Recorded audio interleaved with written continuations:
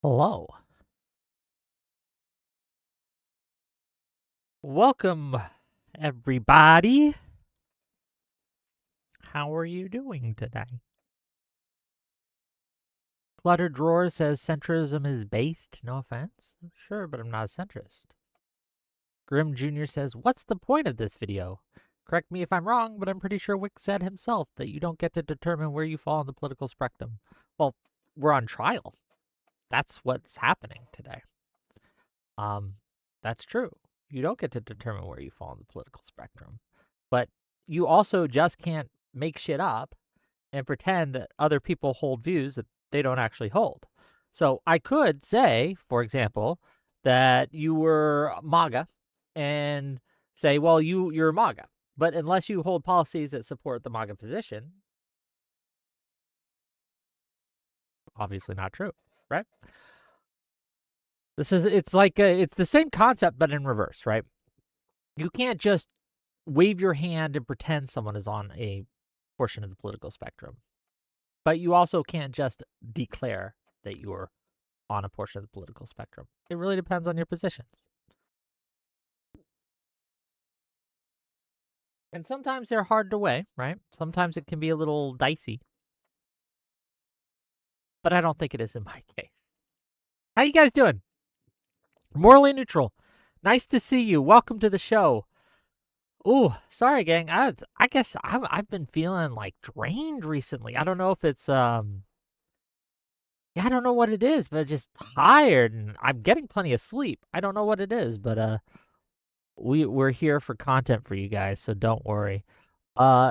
Dialogue always should be here hopefully in the next 2 minutes, but I wanted to go live a little early and kind of get you guys ready for the show, kind of loosen up my vocal cords a little bit. And yeah.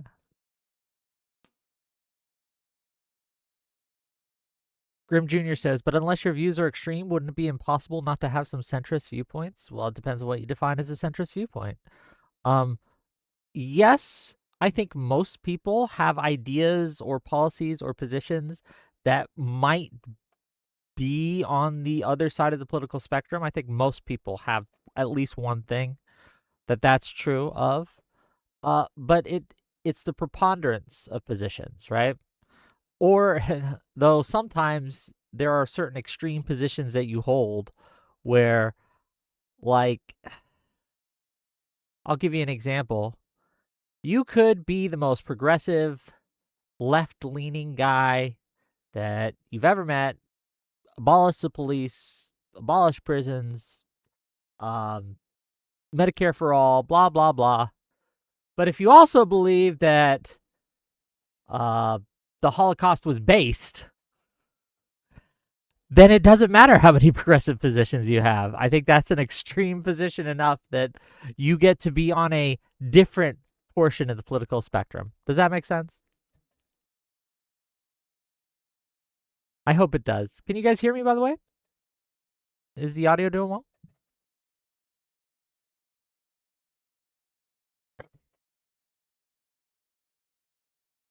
Let me see where the prosecutor is. Okay, give me a second.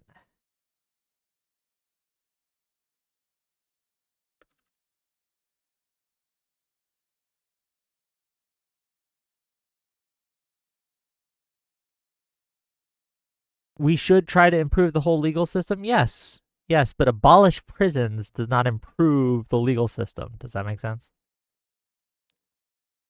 Yes, everyone wants to reform or improve portions of our justice system that aren't working as well as they should. I think that we can make prisons less abusive. We can make it less exploitative. There's lots we can do, right? We could have, there's problems with abuse in prisons, prison rape, things like that, that we can crack down on. Guards abusing their positions of power, we can crack down on that. But abolishing the prisons, that's not the answer. It doesn't make it better. It'll make things worse. And I think that it's not a serious position. Not only is it electoral suicide, but also it's just bad policy.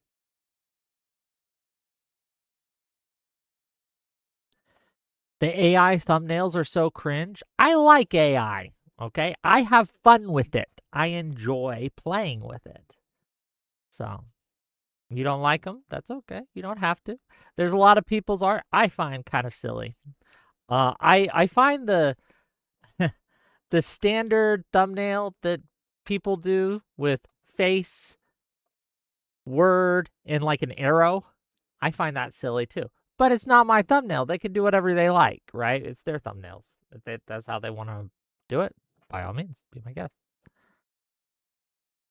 Is he? Ah, he's here. We have ignition. Hello. Hello. You're muted on your end, sir.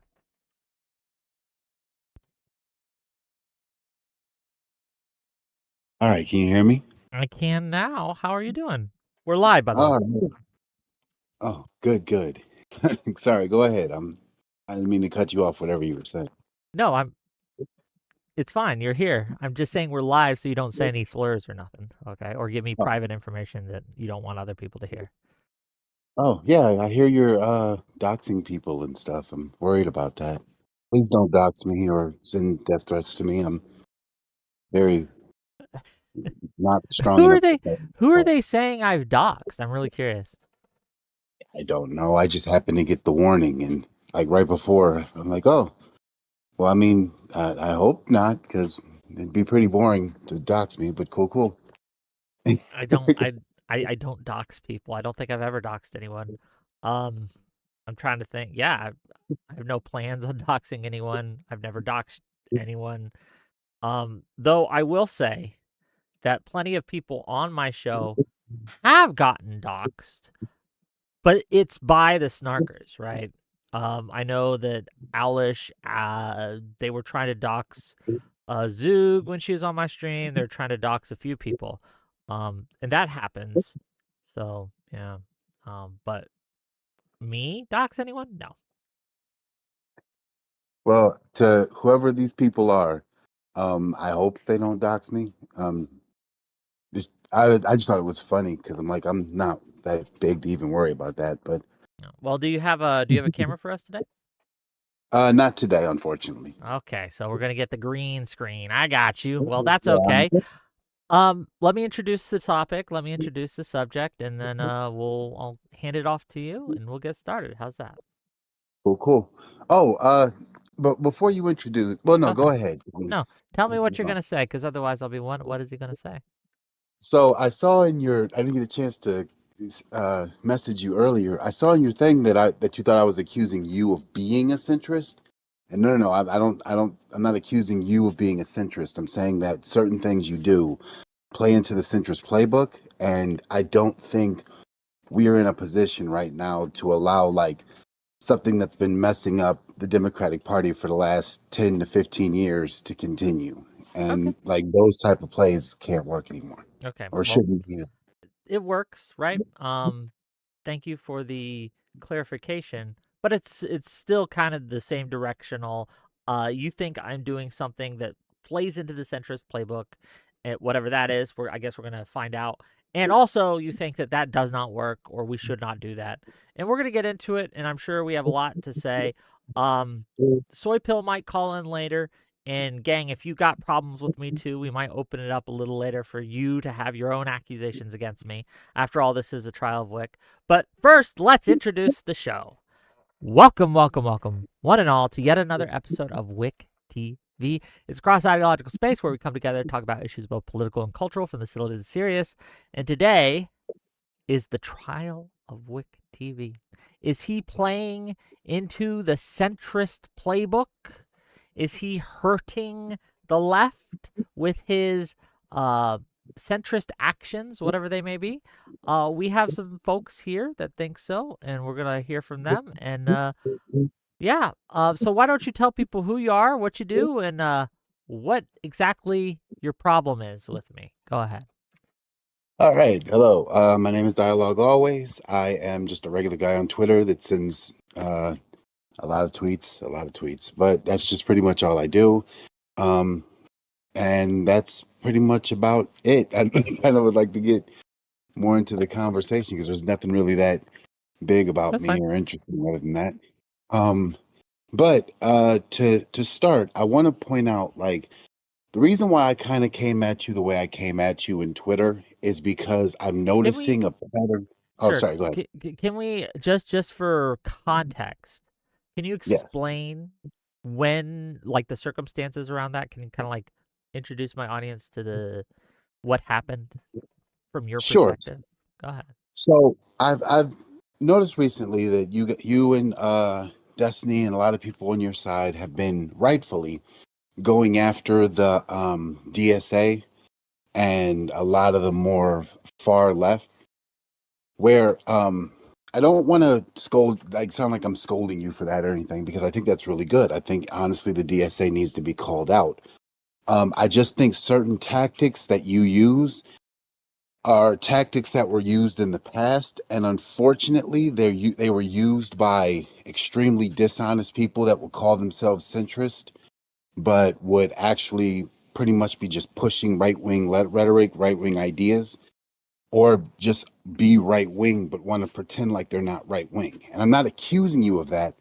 I'm just saying at this point, when you start hearing more and more people say like, "I didn't know Donald Trump would do that. I didn't know Donald Trump would do that." I think part of the reason why that's happening so much is because I don't think I think that the more we allow sorry, right-wing rhetoric into our back and forth arguments, the more people see the right-wing rhetoric as valid. When you say right wing rhetoric, can you give me an example of something I've said, or Destiny has said, or one of us has said that you consider right wing rhetoric? Sure. So, and this might sound small, but I think it's pretty big now. When you brought in Fox News's idea of the DSA, when you posted that in your tweet, like opening up to Fox News's view of like the DSA taking over the Democratic Party, and you used that to say, I think against Soy Pill, to say like, hey, this needs to stop.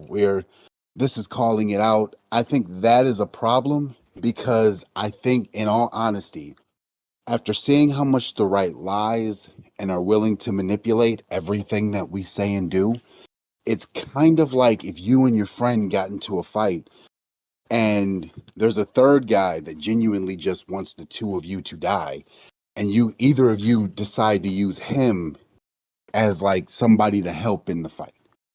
Like, unfortunately, you're just placing somebody into the fight that only wants to hurt. Okay. Like, there is no possible positive solution. There is no positive negative solution. They just don't like us. And we should view it that way. Okay.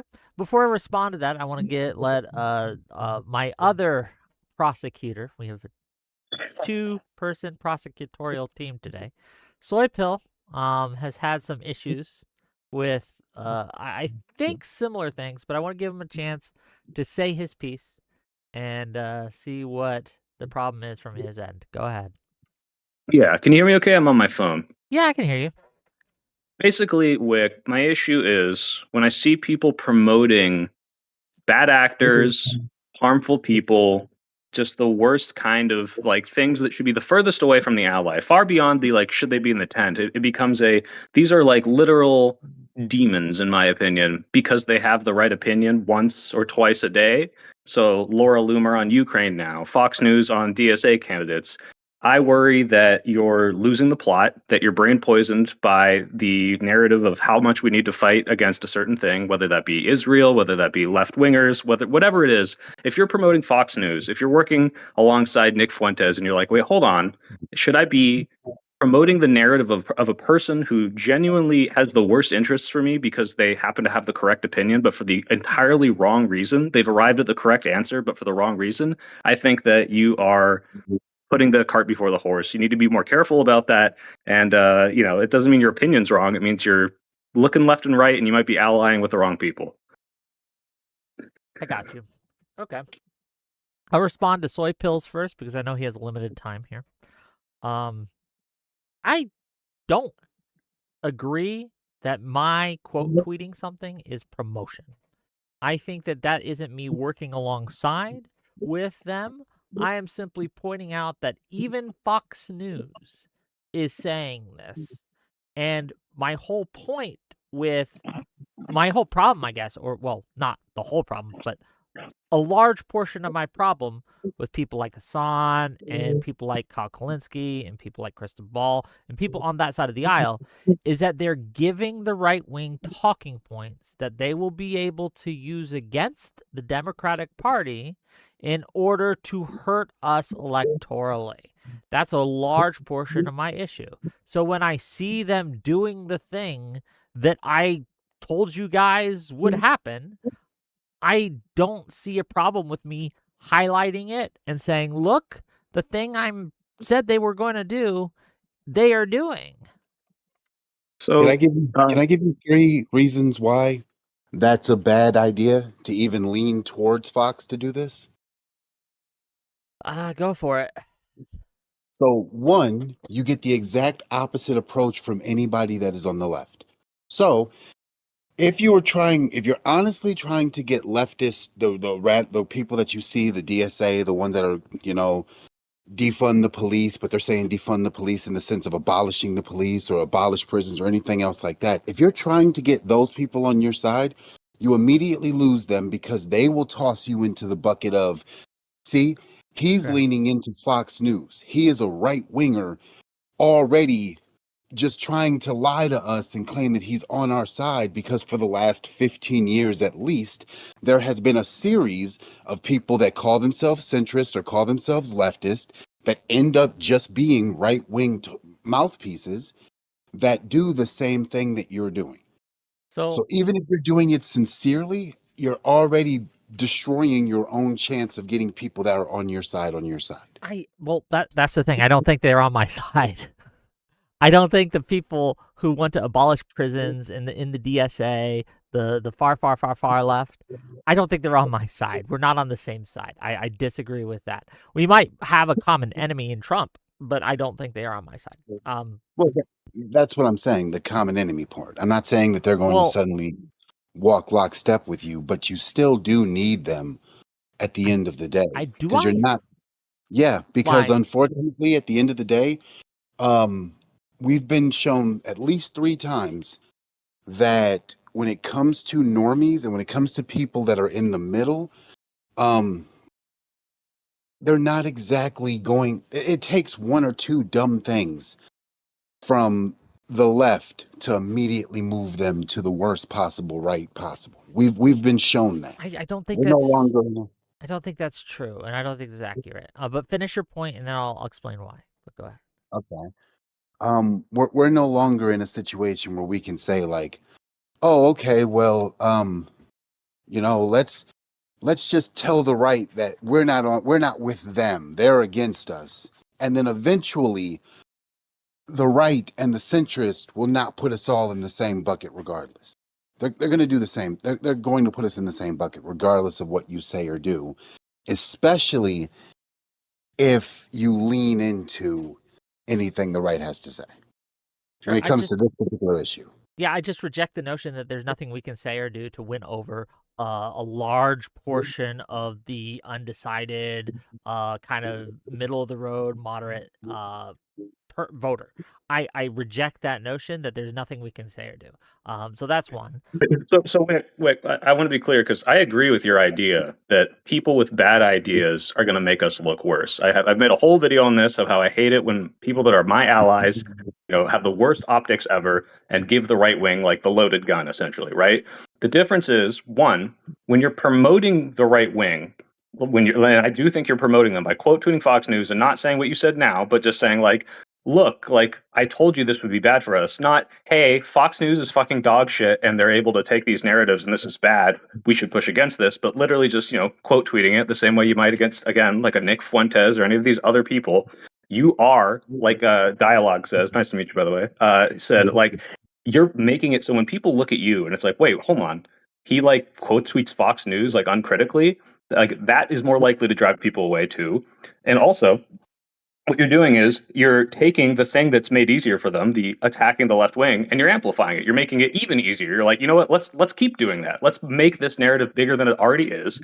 Instead of, hey, yeah, that's fucking dumb. And now we need 20 counterexamples of how dog shit Fox News and the right are to counter their propaganda, because that's what should be stuck. The last thing in any independent's mind should not be, oh yeah, it is bad that Dario Liza is saying dumb shit. It should be, wow, that candidate was kind of crazy, but holy shit, Trump just like joked and probably isn't joking about running for a fucking fourth term, and I should vote him out, right? If it is as bad as it is, which is people having these horrible optics and horrible narratives that could drive people away, it's our job to 20 times dogpile these people with, hey, the right wing is still 5 billion times worse. And that's the last thing you should be thinking of right before you go into the voting booth. And so, yeah, we can complain about like dog shit Hassan takes, like, oh, I would vote for no one if it was Gavin Newsom or Vance. But ultimately, what we got to do at the end of the day is, hey, 2% of people know who the fuck Hassan Piker is. Why aren't we talking about like the worst problems constantly? How much time are we dedicated to amplifying messages that, yeah, are against bad optics, but just don't matter in the long run when you're amplifying and pushing narratives from bad actors? Well, there's two responses I would give to this. The first of all is the space that I operate and exist in. Much more than 2% of the people know about Hassan Piker. If you know about me, if you're watching my show, you almost assuredly know who Hassan Piker is, right? That's just true, right? I don't operate or exist within, well, I don't have a voice in the larger electorate. I primarily have a voice in these spaces that we're operating in right now. So that's first of all. So I think that while, yes. Okay, yeah, so you're making an argument like if I'm only trying to influence the small influence I have, it's going to be just the online politics space, I guess. But like people who watch you constantly aren't flip-flopping on Hassan Piker, or they shouldn't be. So I think that what's happening and what I'm trying to stress by quote tweeting the quote tweet that you got mad at me for, right? One of them at least. You got mad at me for a couple. Yeah, because you posted a Ben Garrison comic, like I didn't a MAGA know who the fuck that was. cartoonist. Okay, I didn't check to see his politics. It was a good cartoon. Okay, I liked the cartoon. I agreed with the message of the cartoon. I don't know. I didn't check to see his biography before I quote tweeted it. Also, Wick, I'd like to preempt something before it goes like. Okay, but I had a second point that drew them together. Can I say that first before you come at me? No, I'm not. Okay, go ahead. Okay, yeah. And the second thing of all, my goal with doing this is to wake people on my side up, because I think you're asleep. I think that you guys have for far too long not taken this problem of insurgency on the left, the far left, I should say, seriously. And I think you need to. And I think that by showcasing what is actually happening and how this is being suborned by people like that's not the right word. This is being taken by people on the right wing, like Fox News, like Stephen Miller, like Sean Hannity, right? And promoted and pushed and things like that. I think that by showing you that, I'm hoping to say we can't just ignore this, because I think by, again, having examples of people pushing back against these things and drawing a distinction between us and them and saying, we are not like the Hassan Pikers of the world. We are not like these DSA weirdos who want to abolish NATO. We're not them. I think that gives permission to people who are wishy-washy, on the fence, and they exist, right? These moderates exist even in this space. This belies to- your first point, though, because you said I don't have the greater influence, right? So, to the people in your audience, are they like, is Wick distinguishing himself enough from Hassan, or do you think you've done that like 5 billion jillion times in the past and it doesn't matter? Like, this is not Sure. like if I think anything. what I'm doing is I'm giving an example so that they can go in their lives where they have voices and do the same thing. Because you have much, like you, Josiah, even Pisco, you have larger audiences than I do, right? You have a bigger reach than I do. And so I'm trying to kind of like influence you so that you can take the Wick way and push it forward. And the people who watch you who might be wanting permission to go back to the Democrats, who sat it out in 2024 because they couldn't see a difference between the right and the left, and were worried about the extremists on the left. I want us to be able to show these people, hey, no, we're not, and we're willing to fight against them, because then they'll shoulder up, right? They'll strap up, and they might feel more comfortable being on our side. That's the goal. Do you think so? If you saw like a comic from, let's say, Fox News, or a post from Fox News that made a critique you agreed with about any politics, would you say, "Oh, here's the Fox News thing. Fox gets it right," just because it's the right message? It depends on the message. Sometimes yes, sometimes no. The message is like 100. Whatever you just said in your own words, that then is yes, what is written down in the I would article. quote tweet it and say this is correct. They got it correct. Even Fox News got it right. Why can't you? Something like that. Even Fox News, sure. So, do you understand? Like, do you remember the right wing pipeline narrative? Remind me. So, like 2016, 2014, social justice warrior, anti-SJW era, Gamergate stuff. What you have is a bunch of people rallying against, not so political stuff necessarily. It's, hey, there's too many, DEI crap in our games, or, oh, this is too woke, and, oh, SJWs have gone too far. And it's not really like about right left. It's like, okay, specifically the hyper wokeism. And you have anyone from, a Chris Raygun, who is a left wing political person, all the way to literal, like, what's his name? Neo-Nazis, I don't remember their names, but like people that are at the Unite the Right rally, all saying the same thing. SJW's bad, SJW's too woke. You promote a left-winger, someone goes, they see, okay, they're saying the right thing, I think this is a little cringe. You skip forward a couple years, they're still watching their content, it's like, oh, hold on, now I'm watching right-wing content. Versus you promote a left-winger and you do that. And so if you promote the correct message, and I'm not saying Fox News has never been correct, or even Stone Tossed, or Ben Garrison has ever made a point that's not on point. These are possible things. But by promoting them, not only are you like potentially spreading their platform, but you're spreading people into their platform who will then see their other stuff and potentially get more amicable to those other messages. And now you have created a new Fox News viewer. You've created a new Nick Fuentes watcher. And so even if you agree with the point, just by promoting them alone, I think this is dangerous. That doesn't mean that your whole message about what we need to do to distance ourselves from lefties is wrong. I'm just saying the people you're boosting is a bad thing. So I disagree with the concept as a whole. I think that what happens, well, first of all, I'm not introducing anyone to Fox News. Can we just agree to that? Like, even in the wider world, like, no one is just hearing about Fox News from my stream. That's just not a thing. Not for the first time, but now people might be like, oh, maybe Fox News is the right thing. They've been saying the right thing about these candidates I've heard. Like, they're parroting the Wick points. So, like, maybe I should check them out more. You don't think that's possible? And that's the observation I'm making. When I literally said centrist playbook, I specifically said, hey, I'm not calling you a centrist because I wanted to avoid the, hey, I'm too small of a platform for this to go out. How is anybody going to see me? And then immediately move to that. Wick, this is about a playbook that has been used for over 40 years, at least. And this is a playbook that has been continuously, it's gone from Willie Horton, oh, now we're tougher on crime. Now we do the crime bill. Now that crime bill gets tossed back on us. Do you understand what I'm saying? I'm saying, hold on. The crime bill was championed by Bill Clinton. I mean, like, the crime bill was Democrats doing that. It was a bipartisan legislation. So I don't know, it's just correct to say that the Democrats and the Republicans worked together to create the crime bill. That's just true. Wait, did you not hear me say Willie Horton right before saying that? Yeah, Willie Horton was a different thing. Willie Horton was a 1988 thing. No. Willie Horton led to the Democrats starting to push in tough on crime policies because they convinced themselves that that was the only way for them to win. What I'm saying is they leaned into No, right-wing narratives. Yes, they that's not did. what They happened. absolutely did. They absolutely did. If you watch what happened right after the Willie Horton case and you watch the Democratic Party right after that, they started saying, no, no, no, no, they're lying about us. We're tough on crime. Let's show how tough on crime we are. And They they started were. making Hold on, more do you not DNA. like the crime bill? I thought the crime bill reduced crime by a lot in By America, doing right? by doing what, Wick? Like if I threw a gigantic net and I caught 5,000 fish, but out of those 5,000 fish, only 10% of them were actually usable. Did I catch more fish? Yes. But did You I did. actually fix the problem? No. Hold on, do you That's think what that I'm the crime talking bill about. made it so that 90% of the people who were being arrested, locked up, were innocent? Is that your No. claim?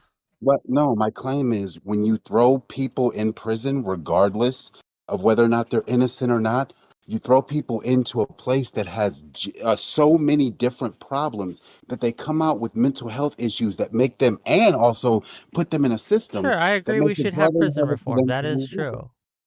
I understand that, but I'm not arguing about prison reform. I'm arguing about how whenever we lean ourselves into right-wing narratives, we continue to go further and further into the right wing. They don't I move don't. to No, us. no, no, We no. move Hold on. to them. Stop. Stop. The crime bill was not right wing. Uh, It You're, wasn't. you're missing the entire point. But It no, your doesn't have point to. is Willie Horton, that ad that sunk the guy that George Bush Sr. was running against. I forget his name off the top of my head, but it sunk him, right? Because he released him from prison. It was crazy. Led to the Democrats saying we need to be tougher on crime, so they leaned into the tough on crime stuff, and the crime bill got passed. Is that a fair characterization of the argument you are making right now? Yes, because that's what happened. Yes, but I'm telling you that the crime bill was not right wing, and therefore your whole idea of it made us go right wing is just not true. Okay, I'm gonna try this. I'm gonna try to explain to you what that means. The crime bill doesn't have to be right wing. The crime bill is the Democratic response to a right wing attack saying the Democrats are weak on crime. Whether or not the crime bill is a right wing, we moved to the right to write a bad bill. No, no, no. The crime bill was in response to record high crime rates across America. In Why the did we have 80s what? and the early 90s, crime was at huge levels, and everyone, Democrat, Republican, said this needs to stop, and they And wrote the crime bill. That what was the initial Democratic you're just response to that? making a narrative that just did not follow No, no, reality. then listen. What was the Democratic playbook in response to crime prior to Willie Horton? Shit, I don't know what the Democrats in the 80s policy was when it comes to crime. I have no idea. Exactly. So the Democratic policy in regards to crime was to go after the drugs that were supposed to be coming in. We Oh, are the not war on talking about drugs? You think that's yes. No, no, no, no, no. And again, I want to be the very war clear on on this drugs? one. Okay. It's not just the war on drugs. What they were doing was, and again, you can find articles and stuff about this. What they were saying was instead of going after low-level drug dealers and low-level criminals and everything else like that, go after the transports. Go after whoever's buying the planes, whoever's creating the Do you businesses. acknowledge that it was not working? They didn't even do it. How can something work if they didn't do it? They didn't do that. What they did was they went after low-level criminals in South America or South and Central America, and they went after low-level criminals in the United States, which works because of a big net policy, but it created more and more issues in the growth and development of certain areas. So that's what I mean. And what I'm saying is when we lean into it, and I don't know how many times that we would have to fall into this hole before it's like, hey, stop leaning I on the want more right crime because bills. The that's what's crime bill good. was good. I don't know. Like, if you're trying to use this as an argument to convince me not to do these things, it's failing because the crime bill was ultra successful. It had its excesses, and we needed to pare down a little bit here and there. It wasn't a perfect bill by any means, but the crime bill solved crime in America for a long time. It was No. good. What was getting done before was not working. Wait, what do you think? Whose idea was getting done before? I don't fucking know the crime Okay, but okay. 80s That's why I stuff. I brought it up. just don't know. But let's lean it in today. Let's lean it in today because obviously you didn't know what was going on prior with the Nixon administration, and I don't want to go further into that because it's like a huge history lesson. The reason why I pointed that out was because today we went through 3 different elections with Donald Trump and MAGA and the Republican Party going, "Hey, Democrats, you need to control your leftists. If you don't control your leftists, we can't go over. You'll lose every time you That's control your not what they leftists." were saying. Trump and co continually, and this isn't how it didn't start with Trump, to be clear.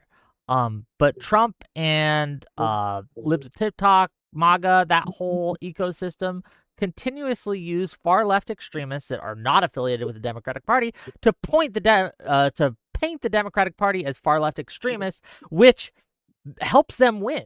Right? That strategy of Trump and co has been ultra successful. You want to know why it was ultra successful? Yes, well, 100%. I can tell you why. No, let me tell you why. It's because every time Libs of TikTok platform one of these far left extremists, they nut picked, which they picked the nuts and platformed them and attacked them and things like that. What would happen is well-meaning, well-intentioned Democratic people would support the people who they were putting on blast and trying to defend them, and it made us look like we were defending radicals and extremists, and it made it easier for people to paint us as radicals and extremists. And instead of doing the logical thing, the right thing, the true thing of saying, that guy's nuts, he's not part of us, you had hundreds to thousands of well-meaning Democrats, rank-and-file Democrats, going on to Twitter, going on to these social media spaces and saying, actually, he may have a point. And they did that as a knee-jerk response because if the right's attacking them, they must be on our side. And if they're on our side, we're going to defend our team. And I'm saying that strategy has led to 2 Trump terms, and they have the House, they have the Senate. Like, that's failing. It's not working. So we're gonna pretend like we didn't see the insane amount of why I left the left people who literally spent their entire careers going, I'm on the left, but this is crazy and I can't deal with this anymore. And this is insane. Only for people to believe that they are moderates that were just looking at the left and just seeing everything was too crazy and then revealed themselves as ultra-right people now. That Are we going to also pretend that those people happened, didn't but sway not anybody? everyone. Here's a mistake you're making. Not Half of them were everyone who left the left was a right-wing grifter. They don't have to be. Wait, They don't have to be. can you name Enough one? of them. Hold on, Okay. I couldn't name one of the people who did the left thing, but I know people in my personal life who had voted Democrat their entire life. My uncle, I'll give you a good example. My uncle, he raised me to be a Democrat, to vote blue, right? He voted for Clinton, he voted for Gore, he voted for Kerry, he voted for Walter Mondale even, right? Like, he was anti-Reagan, all these things. But he ended up in, I think, 2015, 2016, leaving the left and going to the right because of the excesses that he was tricked into believing were common on the left. And do you think I don't you know I don't reposting know people, blasting those excess narratives, for which, by the way, the article you posted, I think, lied or exaggerated what was being said. We But disagree because I went back we and can watched hash that that out clip. later. Do you think Yeah. you posting those people saying the worst things about the left is going to help people like your uncle, or is it going to drive them away from the left? I think that it's going to help give them permission to come back because they can see us actually, hey, Democrats are fighting against their extremists. Instead of the narrative that they're being told is that Democrats defend, protect, and cover up their extremists. Also, I don't know your uncle, but I know Tulsi Gabbard. I know Robert F. Kennedy. I know Elon Musk. I know Joe Rogan. I know almost every one of these people that literally sat there and went, oh yeah, I'm a leftist. I'm definitely a leftist. And this is crazy. This They were is insane. lying. I'm not going to bring anybody on that can moderate this belief.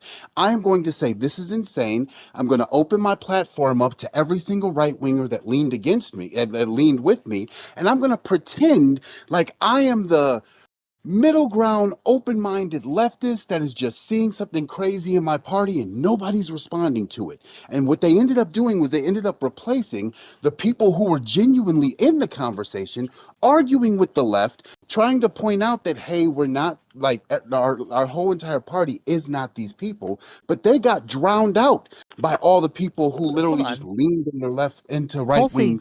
Tulsi was the far left. Bernie Sanders endorsed Tulsi Gabbard, right? Yes.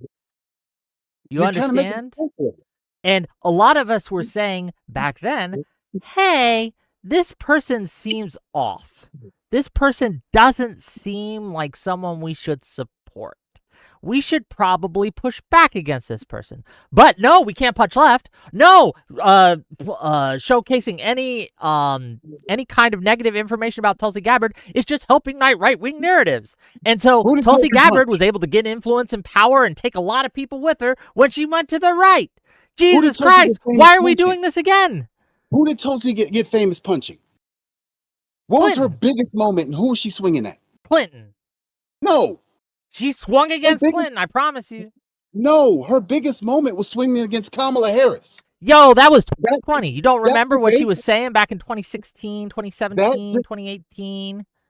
That debate was her biggest moment, swinging against Kamala Harris. No, it was not her biggest moment. Where she became the anti-war candidate, and she became the person that labeled the left and Democrats as the people who wanted war.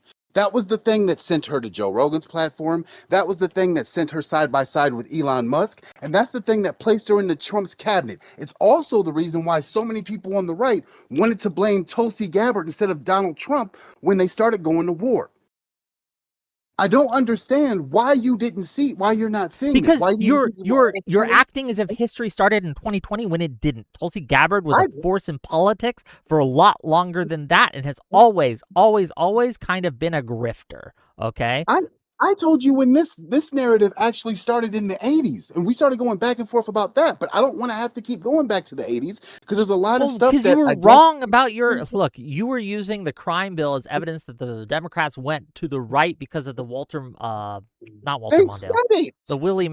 Willie Horton thing, and that's not what happened. The Willie Horton thing had nothing to do with us going and doing the crime bill. What had something to do with doing the crime bill was crime was out of control in our cities, out of control in America, and we signed that into because everyone, left, right, and center, was saying crime is out of control and we need to do something. The idea that the Willie Horton video had anything to do with that is just insane. That means every single Democrat that turned around and said, hey, we moved because the Willie Horton thing was the reason why Dukakis lost. A lot of people are lying when they say that. They're either lying or they don't understand cause and effect. Or they were genuinely saying, both before and after the crime bill, that they moved more to show that they were tougher on crime because they were put as the soft on crime party, even though crime rose because of Reagan era politics. But it did not matter because Reagan pushed the idea that democratic policies were the reason why crime was growing. So they had two choices. They could try to fight that like Dukakis did and get wiped out, or immediately become the tough on crime party and move right to sign into the same crime bill that the right is using now against that. That wasn't a right-wing bill. Did the right not use the crime bill? The same crime bill that the Democrats tried to use to prove that they are tough on crime. Did the right not use that to attack Joe Biden? In 2020? Yes. Did they not use that crime bill to claim that Joe Biden? Did they? I'm not actually sure. Were people using the crime bill to go after, like, people on the right? Were the right wingers using the crime bill to go after Joe Biden? Yes, if you look, do me a favor. After this conversation, look at the narrative that followed Just the show "if me you a don't clip or vote for me, something. you're not black." And I I don't don't have to do it understand. after. You could just show me a clip or an article or something. I'll read it. Okay.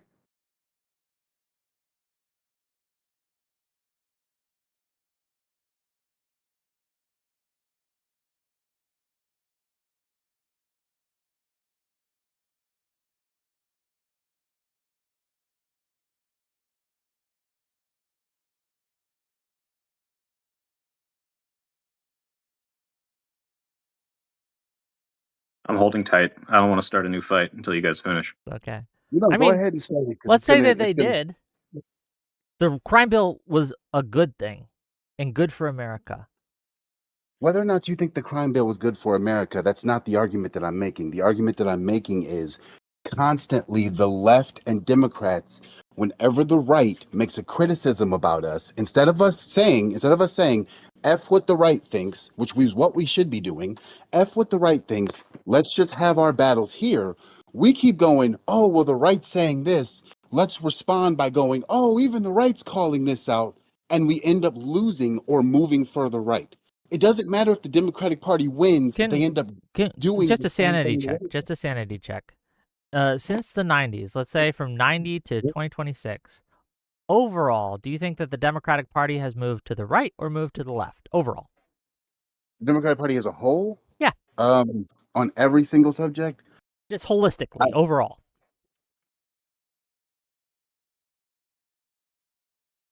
See, it's This hard to should say. be. 'Cause no, on This is a some, really easy question. It should be left. well, no, they have on some things. On other things, they moved incredibly to the right. Okay, but So I'm it's like talking overall for the most part. I guess to the left because the cultural issues they moved to the left on, but on a lot of the more, Okay. economic issues, they've moved far to the right. Can you give me an example? Sure, stock buybacks. Oh, I don't know enough about stock buybacks to talk about stock buybacks. I don't buy stocks. Maybe I should, Yeah, but I can't no, no, engage with that one. Can you give me another so one? when we're I'm sorry. talking, so when we're talking about like economic policies, they've moved very rapidly to the right. Now, if we're talking about social policies, yes, they've moved to the left. But when we're talking about economic policies, if we're talking about, you know, not giving corporations and businesses the like powers and tax breaks and stuff like that, no, the Democrats have been pretty much in lockstep.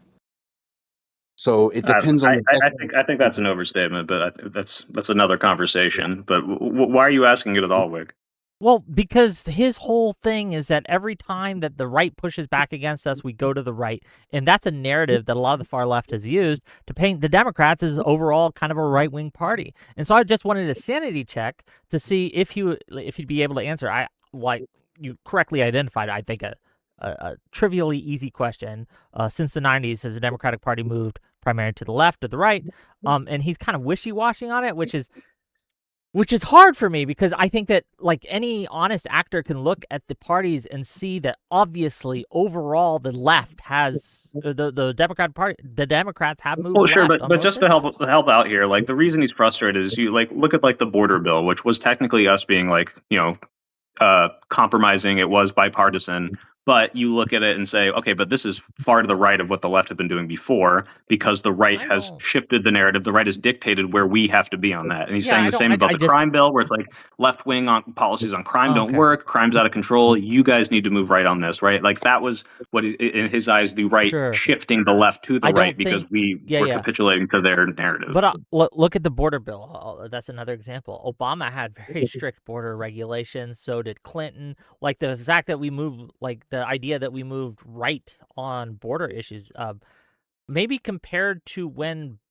Biden started, Yeah, but like he got rid of Remain in Mexico, and by traditionally, the end of his term, he was like moving towards Republicans on stuff. And yeah, like but whether or not you agree with it is irrelevant. I'm just sure. saying he's Yeah, but talking about the way you do this is feeding into the right wing framing narrative and saying, okay, Democrats, we need to shift right on this, otherwise we'll lose votes. yeah, Mhm. hold on. We did lose because of the immigration issues. I think that was one of the big 3 issues that made us lose the 2024 election. But you know what's crazy, Wick? Immigration wasn't a problem. It wasn't. It was. You know, there was a lot of people coming in. It was overloading our systems, but it was not the existential cities burning down, No, it migrants wasn't running that kind of around threat. willy They nilly. And absolutely the right won did that lie on about it. narratives. No, you're right. Fox News won that on lies, right? And so On you're lies. feeding in Well, by no, hold promoting on. like, look how crazy, huh? Hold on. They were lying about it, correct? But the reason that it was so salient is because you had a bunch of left-wingers go on and say, actually, we should open all the borders. And yes, they weren't the Okay, I'm sorry. politicians. You They think weren't the we lost on the politicians. border in 2024 because which politician called for open borders? Again, okay. Do you think that influencers have influence? I don't know. I don't think they do. I don't think you have any influence, Wick. It's just the small little space, right? So who cares about influencers? I'm talking about However, politicians. people with like millions of That's why they call viewers and them things like that, do you think they have I'm more not saying- influence than I do? I'm not just saying. I'm sorry. Can you point me to the way that Fox News was able to show Democrats being open borders because of, I don't know, a Hassan tweet and not a politician that they just lied about? They AI a Tallarico saying he wants to trans all the kids, and then suddenly this paints the whole narrative. You think that probably has a lot more influence than anything? Daria Lisa going up and saying abolish prison, So which, by you the want way, me she to didn't even point? campaign on Hold on, abolish just so I'm prisons. clear. So You want me to give you an example of them bringing on someone on the far left, asking them about open borders, and having that person say, "Yes, we want open borders." Is that what you want me to do? Because I have one right No. up, and I think you've seen it too. No, It I'm happened saying Sunday. the That was the Sunday, weaponry- motherfucker.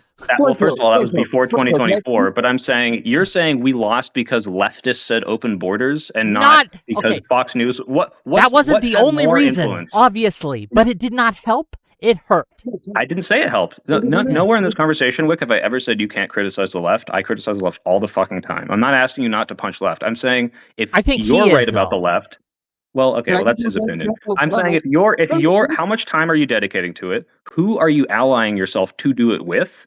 And how much are you promoting people that should not be promoted in doing the narrative that you want to do? When I shit on Hassan Piker, I don't retweet Nick Fuentes to shit on Hassan Piker. I don't retweet Fox News to shit on Hassan Piker. I show Hassan Piker saying some stupid ass shit, and I say this is some stupid ass shit, and that's totally fine. But one, that is not the reason we're losing elections. We're losing elections because we can't. The economy was not had great views, and people were just not happy with Biden. Right? It wasn't because people said open borders that people thought the border was out of Destiny, control. thank you for the raid. I appreciate you. But let me just, if I may, like this is a frustration I'm having with both of you. But you, especially Soypill, quote tweeting Fox News or Nick Fuentes or someone and using that as an example to make an overall point. One, I don't feel it's promotion.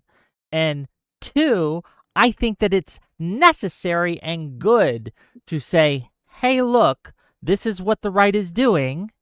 This is how this kind of rhetoric has fed into it. And we need to stop or stand up against the people who are doing that. I don't think that's promotion. And also, another frustration I'm having is whenever I say things like these things did not help us win. Second of all, that's not what you said in your Fox News tweet, and I said what you're saying right now, which these is people are working hand in hand. I think they are working hand in hand in order to help Trump win. I think that was a good paraphrase of my quote tweet. Yeah, so Yes. You basically said something that was akin to what could be said in that Fox News article. You did not say Fox News is bad. And also, they're helping. The No, I DSA didn't candidates say are Fox making News it worse. was bad. I didn't think I needed to, but here's the thing. Wait, no, please, because the reason why I want to stop this before we go any further into that is the reason why I'm saying that this is a problem is because the left is not allowed the same dishonesty and ridiculousness the right is, and I can give you a good example of this. So after Charlie Kirk was killed, every left-winger was like, hey, this is bad, this is horrible, except for a small amount of people on TikTok and a small amount of people on social media. Those people were hyper boosted by the right to give almost everybody in the country a perspective that the left were these violent group of people that wanted to just kill right wingers. Now, that same narrative didn't seem to work when Stephen Miller got caught sending emails to Breitbart talking about one of the worst Grace Replacement books in history, a book that led to multiple shootings of random people, all because they thought that minorities were taking over. It was also what pushed the immigration argument. But that doesn't seem to lean on every single right winger. That doesn't seem to lean into the idea that the right wing want the left wing dead. And no matter how many things that Donald Trump or anybody pushes in that tries to attack the left or put the left into that bucket, the rest of the country does not So, see that. sure, So two we're not things. afforded that. Two things. I think that the overall thrust of your argument that the right is held to a different standard than the left is just true. I'm going to grant you that. Yes, the right wing is able to get away with things that the left is not, and that's partly due to media bias, right? Especially with new media, that the Democrats just don't have the same infrastructure that the right wing does when it comes to Twitter and when it comes to podcasts, when it comes to that whole thing, right? Like you saw after the third assassination attempt on Trump, you saw immediately the influencers on the right were all kind of lockstep, able to just push out like, and this is why we need the ballroom. This is why Trump needs his ballroom, which is a weird thing to push, but whatever. It was obviously that they were getting marching orders. They were all in lockstep. They were all tweeting out like crazy. So yes, that's true. But the second thing that I think that I take issue with the implication is that our attacks aren't working, because they are. And we see us pointing out the excesses of the right, the Stephen Miller's gross statements. This is having an effect on the electorate. And the reason I know that that's true is not only due to polling, but due to the results of special elections since 2025, right? Well, to even 2024 probably, but 2025 especially, and in 2026, special elections across the nation were flipping seats from red to blue. It's working, and I know sometimes because of the algorithm and things like that, it may not seem so, but these attacks, these their statements that are crazy, their excesses that they're going through, it's having it's hurting them. It's having an effect. And No, it's not. I just one of the things, like, and you said something earlier that kind of goes into this like idea that people have that nothing we do or say can ever affect anything or matter. Like this idea that we can't appeal to moderates or centrists because they're not going to vote for us no matter what is false. I don't think that's true. I didn't give that absolute. What I said was when it comes to narratives about these particular subjects, about how we interact with people who are supposed to be on our side, when we allow the right to infiltrate or to even give an opinion on how we move against like each other, that gives the right far more credibility than our criticisms towards how the right goes against each other. Because it does, it flat out does. Also, this blue wave that we're talking about, all these blue victories and stuff like that, that has nothing to do with Stephen Miller. It has nothing to do with any of that. It has everything to do with how bad Trump is governing. If Trump was governing good, that and all the absolutely things that boosts was it. happening, Yes. And no, I'll just yes, that is the primary reason. But to act like all these other things do not play into it at all is just no, false. they Media absolutely don't. media matters. Why do you think they spend so much money on influencers? Why do they think they spend so much money on building this infrastructure? They believe it works. No, it doesn't. Kamala literally put down Project 2025, told you everything Trump was going to do to the letter of what he's doing right now, had the Democratic Party and the Democratic Convention explain to everybody Trump's goal, and all Trump said was, I don't know what that is. And that's all he had to do. When it comes to rhetoric, it literally does not change them when we're talking about the left, and changes them completely when it talks about criticisms from the right, because the right's criticisms are simple and they're actually so dumb people accept them. When it comes from the left is far more detailed in a lot of our criticisms, which annoy people. I think that the reason that Kamala's message did not have the intended effect is because we lacked the infrastructure and the way to propagate that message in a way that people would digest it. There was a lot of reasons for that. It's probably beyond the scope of today's conversation. But How again, do you pointing to propagate that, 120,000 to a slogan? and to be clear, So people and understand. to be clear, like that election had so many weird things about it. I don't think we should draw many conclusions, You right, can from literally draw Kamala's the same performance. conclusion to the Bush election in 2000. You could draw the same election or same conclusion to the Reagan election. This happens pretty much once every 4 to 8 years, where we end up Well, sitting hold on. here. Maybe I'm lost. How does this apply to the Gore election, the Bush election, Bush and Gore in 2000? Because if you remember right before the Bush Gore election, there were multiple conversations pointing out how if Bush got into office, he would go straight into Iraq. All of that got thrown aside in that election. And Bush lost if you want to look at the numbers, but Bush ended up surging because again, Bush started making criticisms on Gore that Gore was going to bring back the Democratic crime wave that was happening in the 90s. And that's what moved a lot of people like 5 or 6 points. So I that's don't that's know. I don't recall the messaging back in 2000. I think we can all agree and say Ralph Nader is a little rat fuck, and But move yes, on from Ralph Nader is relitigating why we 2000. lost in Florida, But well, specifically. here's a question I have, because this is maybe moving on, because I don't, obviously we're not going to totally agree, but just prescription wise, you and I, we want to call out the worst parts of our party. When we see Yes. someone say something like abolish prisons, we're like, that's fucking stupid. Do not say this. This hurts our party, right? You and I agree on this. Yes. What I want to know is if these people are winning. Now, don't get me wrong, they're not winning on abolished prisons, but they have said this. They've said some crazy shit. She's out here, and you've got videos of her saying, the next fight is Puerto Rican independence or whatever. Like some crazy fucking issue we do not like. Even the people don't vote for in Puerto Rico. Yeah, This it's not a hurts us. salient issue, But right? if Yeah. they're winning anyway, once we are able to make our message consistently differentiate ourselves, like we don't agree with these things, how much time are we dedicating if we can't even stop them from winning? And how much time are we saying, hey, like what Dialogue is saying is, all right, yeah, that's bad. Let's move on and show you how bad the right is, and Sure. say, okay, we can deal with that in our own right. Okay. Like, what is the prescription to how we draw these lines and how we actually push these people out? Because I hear these people say these conversations a bunch, and my only question is like, what do you want me to do when this person wins? Like I'm going to draw all the lines I want, but then what?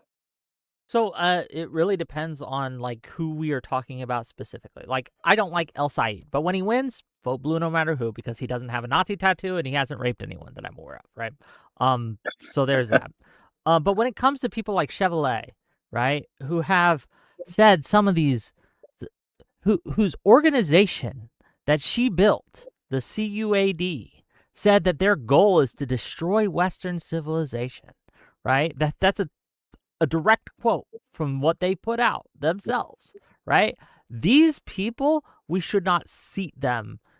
We should not give them positions in committees and things if they win, right? Now, to the larger point, I think maybe the more important point of we both want the same thing. We want to call these people out. We want to stop them from gaining traction. I don't think they're winning overall yet, but I worry that they will start to.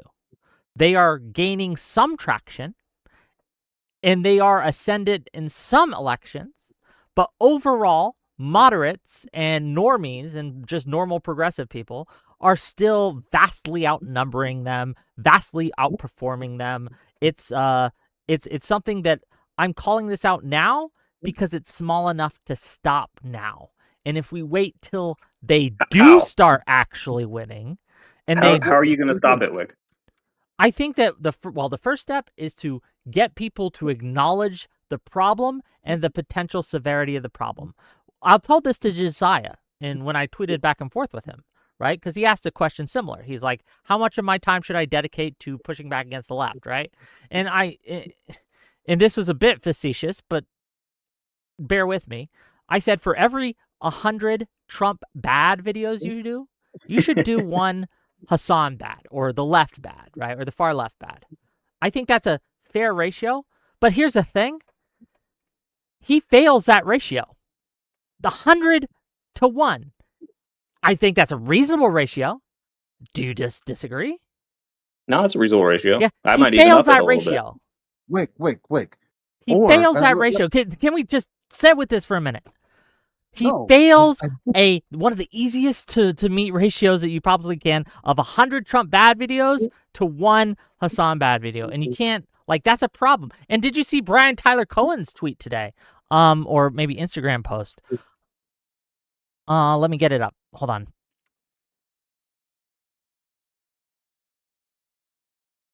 Here. Okay, well, while you're looking for it, I found it.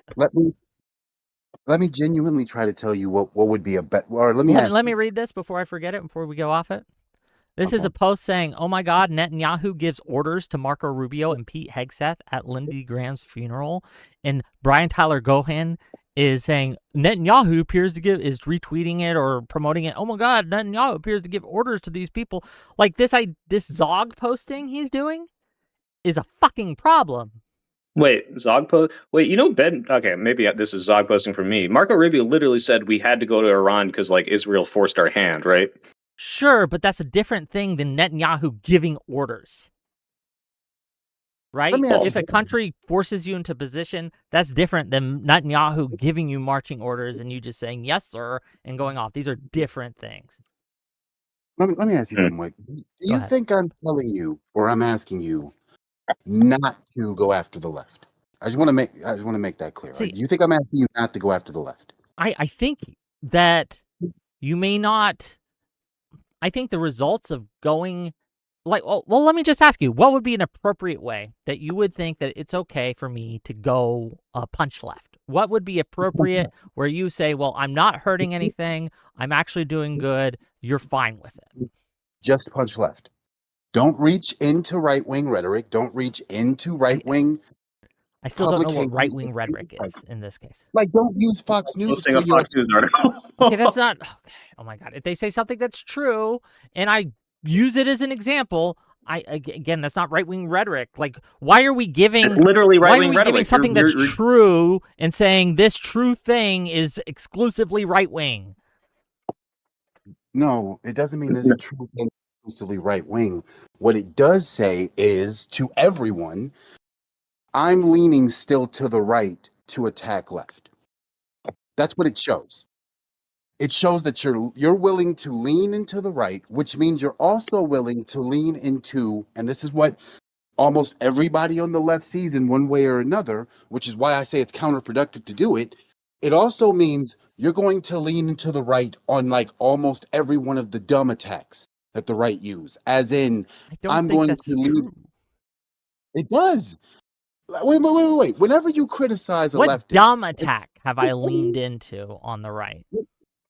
The Fox News article is dumb. I read it. I rewatched the Kyle Okay, Kalinske I clip. disagree. It's a dumb attack. I disagree. I think that Kyle Kalinske was not sufficiently specific during his, and again, I just saw a clip. I didn't see the whole fucking thing, right? So maybe a few So hours. I'm sorry. I thought this was your defense earlier. Well, I didn't call out specifically Fox News when I reposted it, but who cares? I thought everyone knew what I meant, right?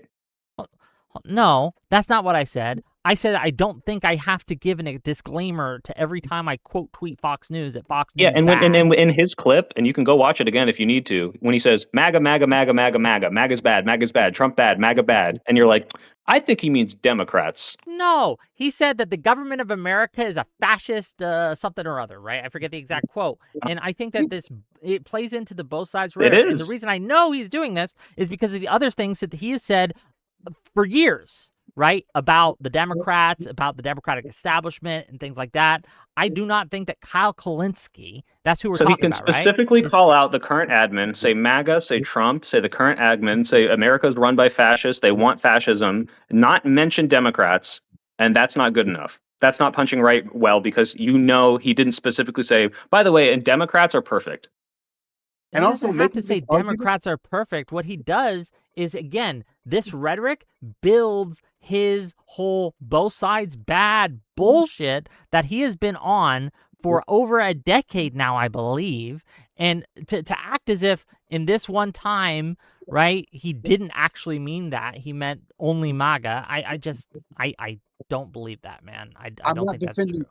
I'm not defending Kyle. He might be defending Kyle. I'm not defending Kyle. I think Kyle's ridiculous with that. But what I am saying is, when you lean into that, one of the biggest arguments of that clip was that they call all of us fascist thing. And whenever the right does, they call everybody fascist. First off, it's a double standard that we like, because they have no problem calling us anti-American, calling us communist. Every single person anywhere near left of center is an anti-American, communist, socialist, um, person that wants to kill all white people. And they happily make that argument. And you don't hear right-wingers going to other right-wingers going, hey guys, the leftists just said that that's kind of a messed up rhetoric to do, because they know not to do that. We are the only people, the people that supposedly call themselves Democrats are the only people going, yeah, the right wing said don't call us fascists. That's kind of bad to don't call them fascists. That's kind of bad to do. Let's not call them fascists, guys. Let's make our tone and our rhetoric a little better. The right doesn't do that. The only time the right ever says maybe our rhetoric is a Sure, bit what's bad happened to the is right? it No, you're refers to the exactly left right. following You're for that. exactly right. How's the right doing? How Well, are they they? fucking won. Yeah, they They've won. they've been hollowed Right. out. They are a The right shell. The right does this all. Well, wait, that has nothing to do with rhetoric and everything to do with what their policies are right now. That's like, wait. No, That's like I don't saying, think that no, they're no, disconnected. they are completely Do you disconnected. think that That's like, rhetoric has no effect on policy? no, not on the right. No? Not on the right. Absolutely Okay. not. I just don't think that's true. I just disagree with you. I I think think that rhetoric, again, can help shape, form, and see how policy is actually implemented, and also how people perceive policy. I think that rhetoric absolutely matters to convincing people to implement policy as well. Like this idea that rhetoric, like, for some reason, rhetoric only matters when we do it, but it doesn't matter when they do it. I don't understand. We watched the president of the United States go from Iran needs to take their nuclear weapons away. We should invade them the moment we can. We got to destroy Iran. To, for about 5 or 6, or for about a year maybe, going, you know what? We are the side that is anti-war. We're against foreign wars. We are pro-America. We want to fix America's problems. Two, what we mean by America first is peace through strength, and we always did this the whole time. And you know what's funny? Most of the right just moved in lockstep to it. It wasn't until we started seeing the effects of the Iranian war, and you can see the poll numbers showing this. It wasn't until the Iranian numbers effects started kicking in that people started saying, "Oh, okay, this is a problem." But we That's can't just keep not waiting true. until That's that not is true. We saw people come out the day of and say, I hate Trump for doing this. Trump betrayed us. We don't like this, and we're not going to vote for him anymore. the biggest spike of Trump's presidency was right after his invasion of Venezuela. Okay, Venezuela is a remarkably different thing than the Iran stuff. And that actually helps the point that I'm making. Is that he literally said America first. We're going to focus America first. We're not going to go into foreign wars. That's what all of them said. The moment he got into office, he went into Venezuela, and also it also went up when he was talking about his first attacks on Iran. The first attacks on the I can't remember what that mountain pass that had the nuclear facility is. That first bombing boosted his ratings. It wasn't until Because he tried this because the second time. Venezuela strike, in the first strike, I believe I know what you're talking about. It's before we went in and did the bombing campaign, and we just did a single strike on 3 nuclear facilities, I believe. Like, It was June last year. yeah. Those were single strikes. They were a remarkably different thing than what he's doing in Iran right now. It really isn't. The only reason why it's a remarkably different thing is because the Iranian response this time. But Hold on. let's not Whoa. pretend like his entire presidency for the 2020 presidency wasn't a series of single These are not strikes. the same. They are. The only reason why none of the strikes in 2020 turned into what they are now is because there wasn't a retaliation. There was a retaliation this time. That's what's making this messed up. Because if Iran didn't retaliate, if the Strait of Hormuz stayed open and he did this bombing, we would be talking about Trump as if he was one of the greatest presidents still listening from the right. Why? Hold on. Okay, well, let me ask it this way then. Why do you think that they retaliated now, but they didn't retaliate when we struck their nuclear facilities in June. Because we killed their Ayatollah. I think Because we were convinced. well, that's not all we did, right? We continuously, for a multi-week bombing campaign, is not the same thing, and I want to get this through your skull, right? Not the same thing as a single couple-hour mission strike, right? In Venezuela, it was over in less than a night. It was just done, right? And you can argue whether that was good or bad, and I think it's bad for a multitude of reasons, right? But I have 137 reasons why that's not true. Say one more time. I have 137 reasons why that's not true. What part of that was not true? Venezuela wasn't just dropping in. You don't remember the boat strikes that killed 137 people long before Venezuela started? Okay, the boat strikes are not the same thing as him going in to Venezuela, and I don't like the boat strikes. I think the boat strikes are evil and bad. They are war crimes. The reason why we're having problems with Colombia right now, too, right? Because we ended up killing Colombian fishermen. Yes, because it wasn't. We were bombing a lot of boats that we shouldn't have. But again, these single strikes are. I don't know why this is so hard for you. A single night of action or strikes or single target strikes that do not involve like a whole campaign that people can see. These are remarkably different things than the multi-month now at this point, like war that we've been having in Iran. Why do these are just not the same? Wait. Why do you? I'm so lost on this. Do you honestly think 100%? I just need to understand this. If we had just done the strikes on that one day for Iran, bombing the Ayatollah, and then Trump saying we're done. If Iran didn't respond with their weapons, if they had just said, "Oh, they bombed us, cool, we're gonna sit back," do you think Trump would have continued this, or do you think Trump would have just brought his troops home and started the Cuba campaign?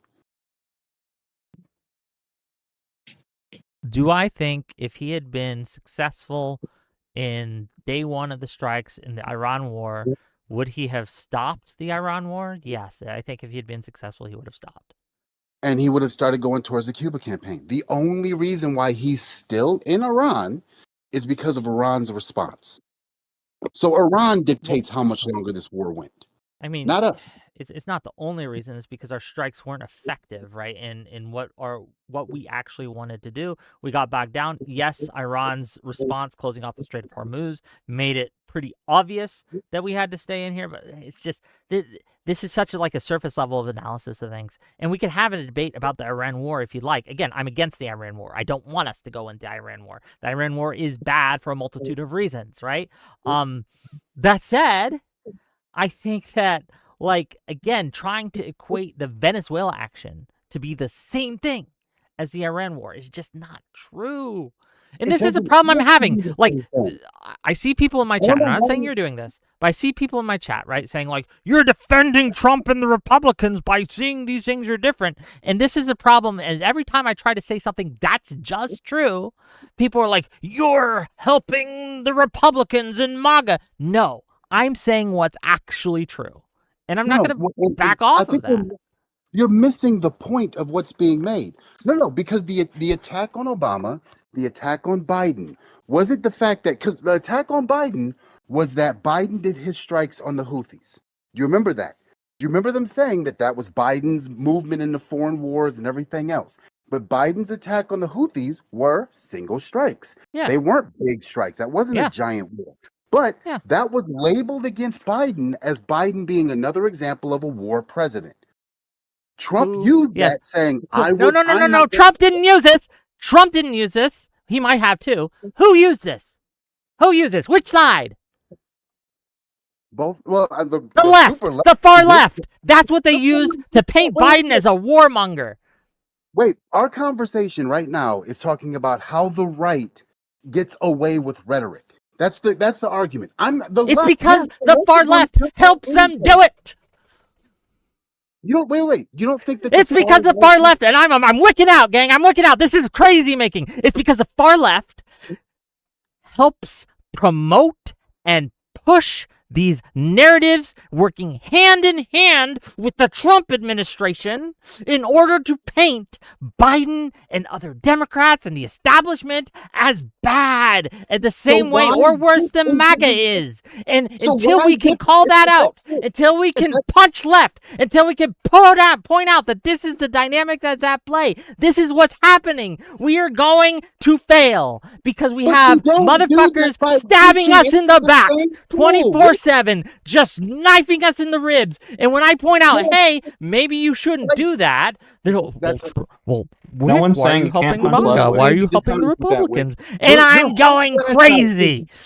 Your whole crash out is dishonest. Because, yes, the far left did lean in with the far right to attack Biden on that. Yes, the far left does blame Joe Biden for what happened on October 7th and the response. Yes, the far left is trash with that because they leaned into the same far right. What I am saying to you is you don't dip into the same far right to attack I'm not doing that. Quote tweeting Fox News to point out something that's happening isn't dipping in or promoting the far right. That is the fundamental disagreement we have. Okay, Whick, if I found Nick Fuentes and Hassan Piker clips where they said reasonable things about Israel being bad, and I reposted them every day, you'd have no issue with this? It depends. What else are you saying? I'm just saying because I've quote tweeted Hassan positively. In the Democrats not criticizing Israel, they are helping people like Hassan Piker and Nick Fuentes control the narrative when they say correct things. Okay, I've quote tweeted Hassan Piker and agreed with him. Does that mean I support Hassan Piker or I'm promoting? It means you're promoting him if you're not being critical of what he's saying. No, it's not. Me quote tweeting Hassan when I forget what it was, but he said something that was obviously true, and I'm like, look, even Hassan Piker is saying this. Okay, at least you're consistent in your promotion of people. It's not promoting. Everyone's saying, it's not promoting. It's not. I want you to remember not doing what it. Just said. It's just not promoting it. I disagree. Me quote tweeting something is not promoting something. It's not even agreeing with the person. Okay, it's not. Nick it's Fuentes just. Says, Nick Fuentes says Whick should be locked in the basement and tortured to death, and we can only feed him yummy ramen. And I quote tweeted him and I said, I don't like Nick Fuentes, but when he's right, he's right. Aside from the last part of that, he has said that. So Stardust can attest. He was on Stardust's stream when he told me that. Well, he said he was going to lock me in his basement and torture me. It's a weird clip. I think she has it somewhere, but it was weird. Yeah, but seriously, I mean, like the idea that by promoting these people, like when I criticize Israel for their actions, I don't need to dip into Nick Fuentes. I don't need to dip into Nick Fuentes' content to do that. Even if he is right, even if he says something like, "Oh, Israel is pouring a lot of money into America to control the narrative" or something like that, and I'm like, "Oh, they are technically doing that." But you know what else he's saying? He's also saying we need to do a holy war on Jews. Hassan Piker is also hosting terrorists on his fucking stream. So maybe I shouldn't be quote tweeting them. And it's like, well, broken clock. It's like, no. These are bad actors who we shouldn't be working with, and we can make these criticisms without them. So, and no one's saying you can't. So, like left-wing fair punch. Enough. Fair. I get what you're saying. I just don't think that quote tweeting someone is working with them. Nor do I think. And I'll just be real. If I had Hassan Piker on my stream, and I would do that, right, to argue with him, I don't think I'm working with him. I just don't think that I would call it that. You were not arguing with the Fox News post. You were agreeing with it. You were agreeing with it. I think what they were saying was correct there, and I was pointing out. Okay, so we're back to square one. Okay, Nick Fuentes is saying something correct. So Hassan Piker is saying something correct. Stop. Time to promote them, right? Stop. Oh, you don't recognize what you just did? You don't recognize that you just pointed out exactly what we were saying to you, and then went, no, I'm not doing this far more extreme thing that we're not accusing you of. But you just admitted to the thing we actually are accusing you of. I just don't find that accusation correct. I think that me saying this person's correct here does not mean I'm promoting or working with them. That's the far more extreme thing. Okay, if I retweet Laura Loomer makes a pro-Ukraine post, should I tweet her and just say, like, Laura Loomer got it right? I think some people have, and I don't have a problem with them doing that. I think that they should. You understand that by doing this, you're going to have people say, "Oh, Laura Loomer said an opinion I agree with," and a person I usually agree with is saying that what she said was right. I'm going to go check her out, and I'm going to go listen to what Laura Loomer says. I don't think that kind of person exists in a real way How do in you- this That world. person doesn't exist. Someone who Wick, follows my Wick, content. Someone who follows my content. Maybe you're more optimistic, Wick. The people are dumb. All right. I don't know if you've ever read They your chat. are. I don't But know the if you've Whick ever looked at the viewer, comment section. the Whick viewer People are is a stupid, cut okay? above. And you have a responsibility of who you platform. You have a responsibility of the narratives that you push. And I think you can make all the same points, which I'm not saying you can't make, without reaching it to the right to do it. Darius, you wanted to come in and say something. Speaking of dumb people and people not really engaging with content that well, I've actually been meaning to talk to you, Soy Pill, about. Okay, is this? Hold on, Darius. Is this involved with me, or is this some other beef you have with Soy Pill? It's related in whatever he was just saying a sentence ago. Hold on, I just want to make it clear. Unless it's related to what we're talking about now, we can set up another time for you guys to talk.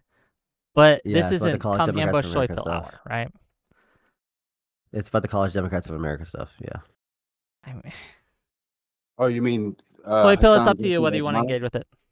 Yeah.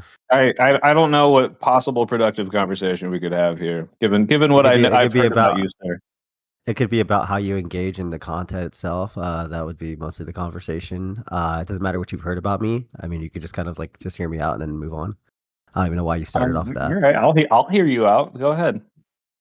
Okay. I'm not sure why your take on everything after I offered you a conversation was that I was there to disrupt. It seems like you watched a couple clips in this conversation a sentence ago. You were talking about how people don't really engage in content. They don't really read things, look into stuff. They don't really go by things you're recommending them to do. It seems like you kind of did the exact same thing that you're accusing other people of doing that are retarded on the internet, where you kind of also just kind of looked at a couple clips, didn't really look at what was going on, and then said, okay, and it made an opinion.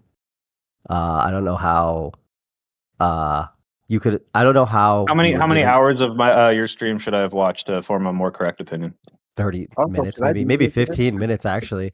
15 minutes. Well, here's my take, and you can tell me. Everyone says this is me sweeping for tankies, which is funny because I think Hassan is wearing a fucking mouse suit and like hiding his power level so he can convert more people into his like fucking crazy commie bullshit. But if you want to talk strictly on my take on this, if you look at the person who kicked you and these people out, if he is also seeing these clips, and then he's like, oh, I came to the same conclusion the Soy Pill did from seeing these clips and say, oh, these guys seem like they might disrupt, and I'm going to make a call and kick them out. Do you think that's unreasonable? The guy who kicked us out, we talked to him, and at the start of it, we talked to him about streaming, and we told him we were streamers. We gave him the rundown of where we were from, and he said he was all cool with it. It seemed like the problem was that he was talking to you. Did you see those clips? About where I said that was a snark Hassan, or I said the question. Yeah. Did you say anything like that? Probably not at the time, but I mean, given that we so you don't know to him already, so maybe he didn't. And if he didn't, then I don't think it's as reasonable as position. If someone's just like, hey, kick these people out, then he's just make one of his guests can just say, I don't want these guests here. That's bullshit. But if he saw those things and was like, all right, this guy clearly seems disruptive, and I think I don't want his group in here, I'm going to just play it safe. And I think that is a reasonable decision. I think for the event, I was there for like, 2 or 3 hours. I wasn't disruptive at all. And if you were to, it doesn't matter if you're disruptive. If you're you ask the question and be like, hey, trying to be disruptive to one person. Okay, and then why don't you just ask me a question or talk to me at all since I've been there already for 3 hours, like promoting your event? I don't know. What I'm saying, did you have this conversation? He's like, this seems like this could get weird. I'm going to make a call. Or did he just say like, I just got text. Why did you do it? I have no idea what's going on. I'm just going to listen to him. Well, then why did you do it with Destiny? None of them were involved in that. Were you not all in a group together? I saw you guys all hanging out in the front in the clips, right? We weren't. He came out after he already got kicked. Like I think actually 40 minutes after he got kicked. So he didn't kick a group out. He kicked individual people out multiple times in separate instances. So I walked out because I went to go get a drink, and then when I was coming back, security told me no, and then he came out the gate, and then Radiant got kicked out as well with North, and then we had one of our friends in there, and then they got kicked out. So they got picked like one by one. And were you in their eyes? Was it like, oh, this is your group, or they just individually picked you out for separate reasons and kicked you out? Just to be clear, I'm glad I have a little break from the struggle session. This is nice, but continue. Okay. I think they assume we were part of the group, but even in those clips, North is saying he's just going to ask questions about Russia. He's just not saying he's going to do anything disruptive. Okay, it seems to be just me. This is me saying this is why I would think it's reasonable. If he sees these clips of you and North is in these clips and he considers you guys a group, and he's like, oh, I think this is going to cause a disruption. As the leader of this org, I'm going to just kick these people out. I think that's a reasonable decision. I don't know if that happened. Yeah, I don't know if that happened either. But what I do know happened is that he was getting messaged about Hassan a bunch. Hassan was text messaging them that he's worried about me and Destiny coming over there. It seemed like we were fine. I even verified. He said he was gonna give me a press pass. Like the second time I talked to him, it seemed like we were on good terms. It seemed like he was cool with talking to me. He came up to me even after, I think like an hour afterwards. Okay, none of this is relevant if you saw the clips and stuff later, right? Like it doesn't matter. It does matter because we've already had the rapport to see like, okay, people are going to send you crazy shit. I think you can go ahead and talk to someone at that point. Even if you see the clips and you're like, oh, they're here to do this. Just be like, hey, are you guys to come up to me after we've already talked and done everything there, after we've been supporting the event for what it was, not for like some if you separate see thing. clips of someone and they're like providing completely different energy and an intention than what they've already shown you, and it's like, oh, okay, this is not what I thought this person was. It's irrelevant whether or not he did not know this before and interacted with you on good terms. Okay, then even just let's just say that it was me who did that. Why was Steven involved in that then? None of my clips involved me talking about Steven or saying that. Was he in your group or was he completely separate? He was completely separate. He came like with Mr. Mutant and Pikachu. Okay. Then if it's completely separate from your group and there weren't any clips, then it's bullshit. Then he just got a top-down directive from Hassan to say, like, I'm kicking this guy out. So that's what seems to be kind of what was going on after looking into it. We solved the problem. There you go. Okay. Woo! Assuming all that's true. Yeah. Okay. Yeah. Well, that seems Anything to be else, how it went down. Or are we good? That's it. Sorry for disrupting. No, it was good to have a break. I'll talk to you later, buddy. Thank you. Bye. Okay. All right. Back to your regular scheduled program, and I thought he was going to come in and say something about me, but I guess not. Whatever. It was a good break. Yes, I guess I'll just reiterate right where we are. I find the fact that you guys are coming at me for quote tweeting Fox News, I think you're missing the greater danger here. I think that the fact that Fox News is pointing out things that are actually happening, like Stephen Miller and I think it was not Tucker Carlson, the other guy, Sean Hannity. I think it was those two. They recently had a little back and forth, a clip I saw on Twitter going around. And Stephen Miller was correctly calling out Hassan for coming to the Democratic Party dressed as a mouse in a Mao suit, promoting Mao, saying good things about Mao. And like, I think it's important to point out to people that Stephen Miller isn't wrong here. And the fact that they're using Hassan as a weapon against us matters, and we need to do something about it. Now, we could disagree on what we need to do about it, right? Like, we could disagree on the severity of the problem, but hopefully we can all of us together, just recognize that that's a problem. Okay. Okay, can you So we all agree. I'm gonna try. Now, should I start posting Stephen Miller clips of him saying it? If you quote tweeted and said, even Stephen Miller is saying this is a problem, there would be nothing wrong. That's not what you said. That's not what you said in your Fox News thing. That's not what you said in your Ben Garrison thing. And when I call you out on the Ben Garrison thing, you say, well, I like the Ben Garrison comic. I thought the Ben Garrison comic was good. So that's not what's happening. I think if you did that, that'd be fine. If you said, guys, this is crazy. Fox News is using this. Look what Fox News is doing. That's different. Honest question. Have you ever seen the right wing go, even Hassan Piker got this right?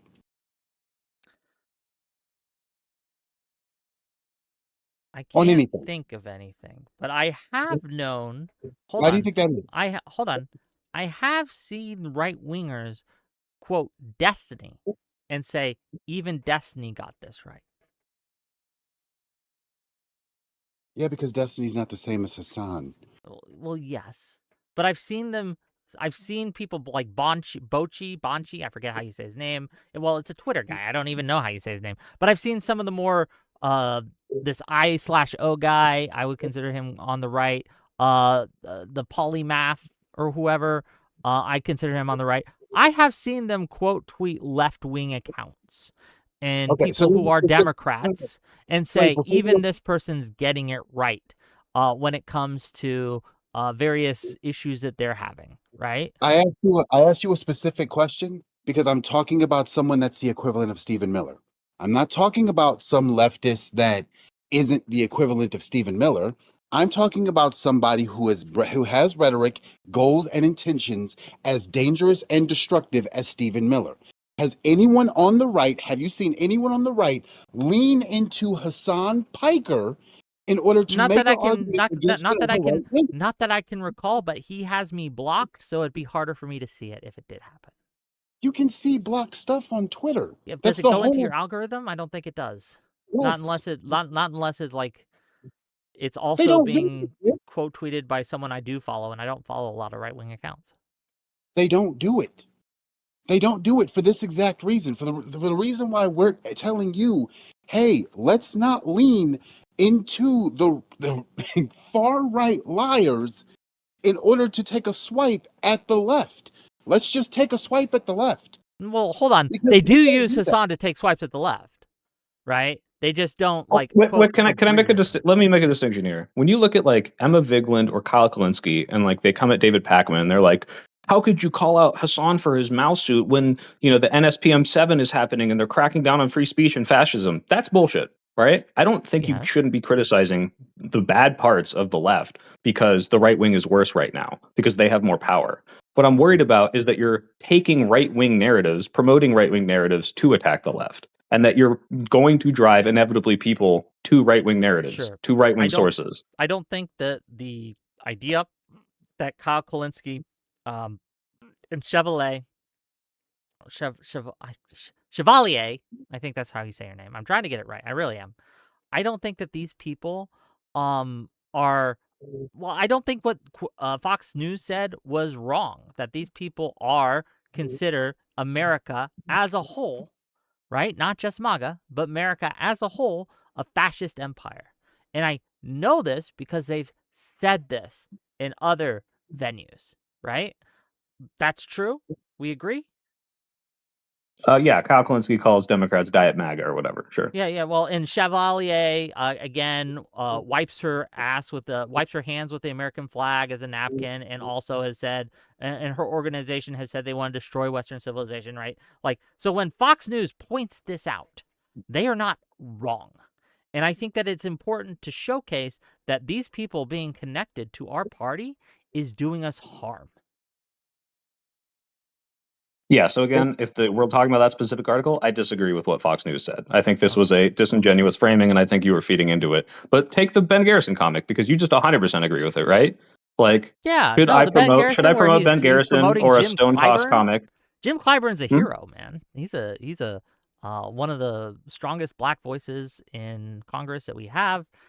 He's a huge proponent of minority rights. He's a good guy, and he promotes good things. Do you think Ben Garrison is a right-wing equivalent of Destiny? So, first of all, I didn't know who Ben Garrison was until Soy Pill came at my neck for him. Okay. Look, I saw a comic. Look, can I even find this comic? I think I have it somewhere. Did we DM about it? It's just like, Okay, well, wait. Now let me ask you this then. Is Jesse Waters the right-wing equivalent of Destiny?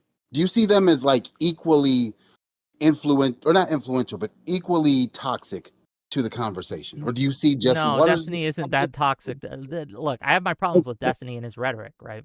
But I don't think Okay, I don't think he's the same, no.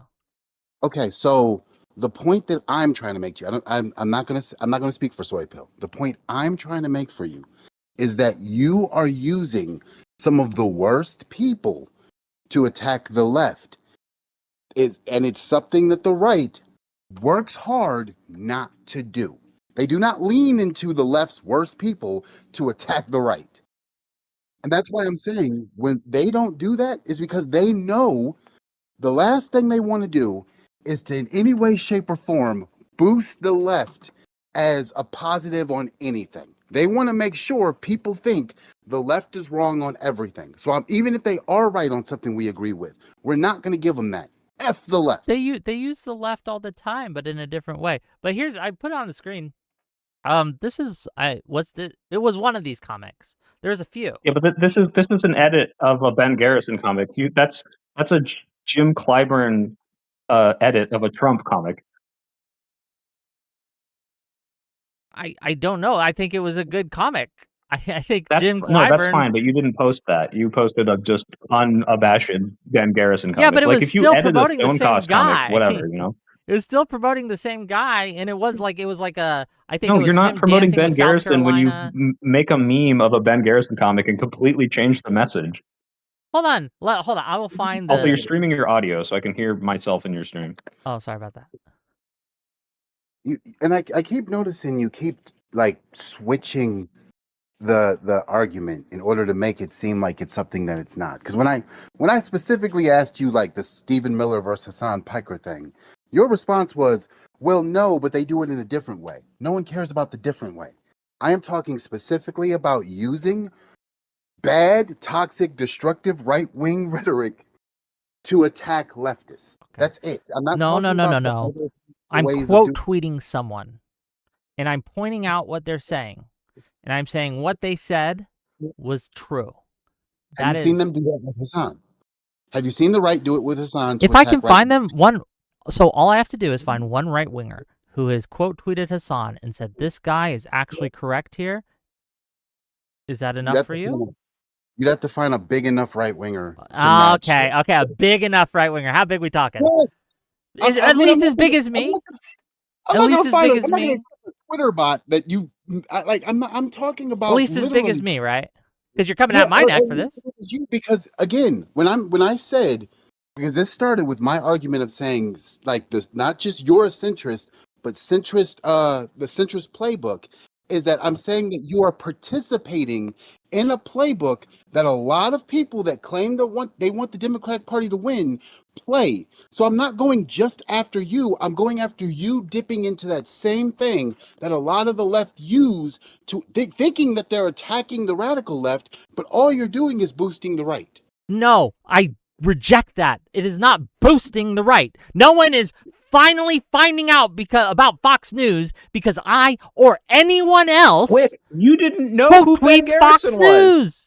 You didn't know who Ben Garrison was. No, you found out about it I through did this. not. And I'm sure a bunch of your audience is going to find out and maybe go look at more Ben Garrison comics now. No? I don't think that's going to suddenly make them right wing. It's not. It's not sudden. It's a pipeline for a reason. No one just became a Nazi in 2016. They were watching anti-SJW compilations. What is, like, got it's not a magic Steven spell. Crowder and these people, okay? and then they don't have like subliminal messaging in their thing. They're not suddenly going to be convinced. It's wow, this person's right. Look, comics let's say Fox News now. says something objectively correct. Hassan Piker is a fucking tanky LARPer wearing a Mao suit and is hiding his power level at this thing, and then goes on stream and says, kill all the landlords. He's a commie tanky. They said that, and it's like, well, that's objectively correct, okay?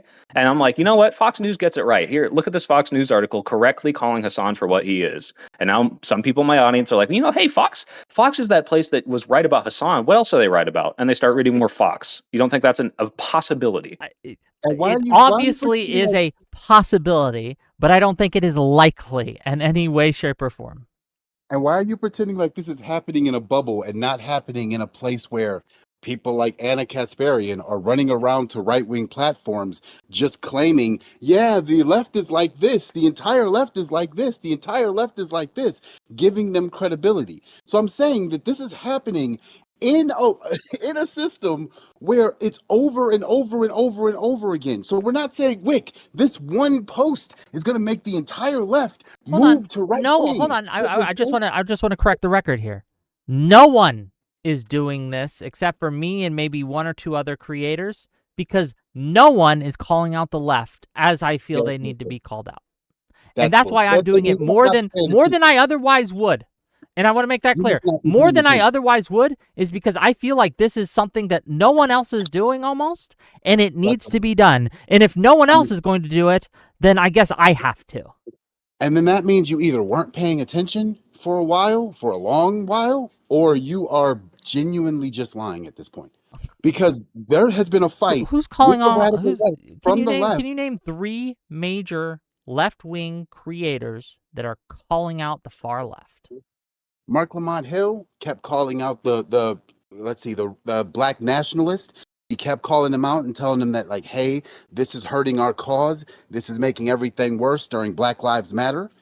Hey, who won? Who won the 2020 election? There we go. Who won? There, notice that I pointed out that there are people pushing against that, and you immediately shifted. You pointed at someone in 2020. I'm asking 2026 today. Okay, so in 2026, who's fighting it? Let's see. Oh crap! CNN almost every single day is posting on how these people are radical and how it's affecting us. Like, there's literally panels showing over and over again where people on CNN that are on the left are saying, "Yeah, we're not them. We're not them. We're against them. We think that they're going too far."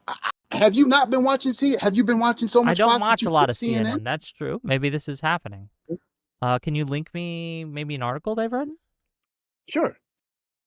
Actually, I can link you a YouTube video because I think they just.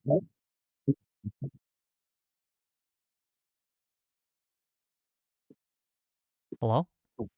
I'm here. Can you hear me? Oh yeah. It sounded like you cut out. Oh no, I'm just trying to find the CNN videos where they do the round table, literally talking about how they are against those leftists, and they're also saying like those leftists don't in any way, shape, or form show the left or are major parts of the leftist party. Who owns CNN?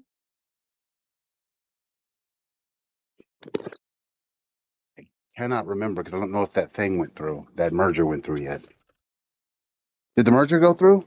It's owned by Warner Brothers, though pending corporate takeovers by Paramount Skydance are underway. So, it's underway. So, Yeah. I was just curious. I don't know. I don't know if they're shifting because Paramount. That's why this is another example of a question that I'm having trouble answering because I don't know if they're leaning more into the Paramount side or if they're still on the Warner Brothers side of this argument. Sure. Well, I didn't know either. That's why I asked.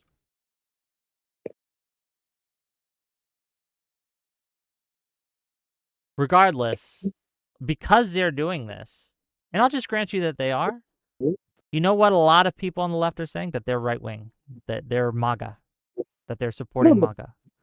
The and they radical are left is getting saying that. all sorts of harassment and attacks. But you know who gives them credibility when they say that? When you lean into the right to make an attack. I reject the premise that me pointing out something that a right-winger has said that is true is leaning into the right, or that the truth is right-wing, right? Because that's what you're saying. Because it's not. You talk about context and vacuums. Like, your attacks against me are also not happening in a vacuum. You're doing so at a time in an environment where anytime anyone calls out the left, they are, as I think Soy Pill pointed out, saying, "Why are you helping Fox News right now? If you're pointing out Hassan is a mouse suit, well, the Trump is trying to make it illegal to criticize Trump, right?" And this is happening in there. And my frustration is every time anyone tries to call out the far left, I have to do it perfectly. Because if I don't do it perfectly, then you guys come at my neck. And I think that, like, maybe instead of focusing on me, you should focus on the guy in a mouse suit who is going up praising the USSR and praising Mao Zedong and saying he's a great leader who they would never criticize or I'm sorry, never make fun of. In our own party with. Or I have spent too much time in here. I'll agree to that. We can literally do both. We can literally both attack Hassan for the crazy, stupid stuff he says, and then watch the person grabbing the Fox News article to punch Hassan and go, "Hey, don't grab that article to punch Hassan. You can grab anything else. You can literally punch Hassan with us." I'm not like. Yeah, can we get the CNN clip though? Yeah, I'm trying to find it. But yeah, so again, like, look, Soy Pill, since he's looking, I'll engage with you. I don't think you're a tanky sweeper. I don't think you're secretly a Hassan watcher, right? I don't know if you watch Hassan, right? I don't think it matters. But you're not supportive of Hassan, obviously. I think anyone calling you a tanky sweeper, or a secret Maoist, or a secret tanky, I think they're wrong. I think that's a fun narrative, because if I was a secret tanky, this would be just the absolute worst way to do it, which is to just apparently make everyone think I'm a secret tanky. Well, hold on. No, there is a value in being so overtly something that no one thinks you could actually be something, right? Yeah, but literally everyone thinks I am. I don't think everyone thinks you are. The current narrative. Look, I don't think it. Look, I know people get a little weird I remember when DGG was coming after me because I disagreed with something that they did, right? It happens, I saw right? them make a post. I said, "Hey, Mao is bad for killing 40 million people, 7% of which were intentional," and they're like, "He's just introducing But plausible deniability. Calling out tankies is exactly what a but what I tanky would will do." say, but what I will say is that I think that what you were doing is you give too much credulity to people that do not deserve your credulity. And I sent you. I I think sent Kyle you a video. Klinsky, Chevalier, not maybe not Chevalier. What kind of credulity do you think I give Kyle? Because like the last time I interacted with Kyle, I said, "Hey, dipshit, stop trying to pretend like the people that Plattner raped and abused are like liars. If you are okay with him winning, you're okay with him winning. Hey, Kyle, telling people not to vote for Kamala in 2024 is fucking awful. You drove voter apathy. You probably contributed to her loss. This is bullshit. So at what point is it like?" I'll be fair with you. Maybe I mixed you up with Pisco because I know Pisco has said things like we need to give him another chance. He belongs to the tent. All these things. Do you have a different opinion Well, than I'll Pisco? say belongs in the tent is not exclusive from calling out that bullshit. If Kyle Kalinske, I mean, I forgot who said this. Maybe it was Hutch, but it was like if Majority Report, if Kyle Kalinske, if Crystal Ball, if these people disappeared, this would net Dem voters. I don't think that's true. I Okay, think well there are that's where we millions disagree. and millions of people in these people's audience that are just watching and they just hear talking points about like Republicans bad, Democrats doing whatever Democrats are No, doing. I Maybe they're disagree. not good enough, but like the degree to which they are driving voter apathy for those millions of people, I don't think is enough to say that they're going to net Democrats vote if they all just So disappeared. Matthew Iglesias wrote an excellent article where he cites, and I wish I had it at my fingertips. I should have had it prepared. I didn't, but I could probably find it for you. Where he cites like studies showing that a lot of the left wing, from that kind of camp. I don't know if he cites Kyle Kalinske specifically or Majority Report specifically, but one of the reasons that we're having troubles getting the Trump is corrupt to stick is because of the years and years and years of rhetoric from the far left that say, oh, all politicians are corrupt. Both parties are corrupt. The elites, right? They're all corrupt. The Epstein class, all this bullshit, right? That's made it much harder for us to get corruption to be a salient issue because people will look at it and say, well, Trump's just doing it more than most, but they're all doing it, right? And I think that if Kyle Kalinske and Crystal Ball and Emma Vigland and I could snap my fingers and they had never had a platform and don't have a platform now, I think Trump would be sitting in jail right now because we'd have been able to help make that a salient issue and convince people. No, come I on, man. believe Look, this. I these think that people they are engage a lot of depressing people who turnout. these And Mike people from PA just like even how said, wait, hold on. they were Listen, doing that. Kyle Kalinske in listen. 2020, he said, I'm working to help make sure that Biden loses so that they will turn to me after he does. Kyle Kalinske said that? Yes, I can find the quote. Hold on. Jesus Christ. I know Mike fucking dipshit from PA Yeah, Mike said from like I'm PA said happy something Kamala similar or lost or whatever. something. Like he's like a straight up accelerationist. So no, what I'm getting at is if you're thinking that these people aren't engaging a lot of people that were disaffected, like look at just the way that Bernie Sanders stepped into 2016. And yeah, there are negatives to Bernie Sanders because like you said, he made equivalencies between Hillary Clinton and Donald Trump, like, oh, they're both taking money from corporations. They're both, corrupt, right? That stuff does hurt Dems. Now, to be fair, I do think there's truth to it, but the degree to which he's drawing in people who have never felt heard in politics, the same way all of these other platforms do, I think is much greater than the degree that they make people just not vote Dem, period. I just don't think it's equal at all. I think And that wait, you're acting like this hasn't happened multiple times, where literally the far left will say or do something absolutely insane, will openly say, we're against the Democrats, we think they're all fascists, we can't stand all of them. And the right will go, here's what this person said, he's a leftist. yeah, He's on the no, left. that's He's my with point. everybody else. That's my But point. They work hand in hand. They are on the same team. They're working. But It's to the quote tweet I made. They're working together to destroy the Democratic Party.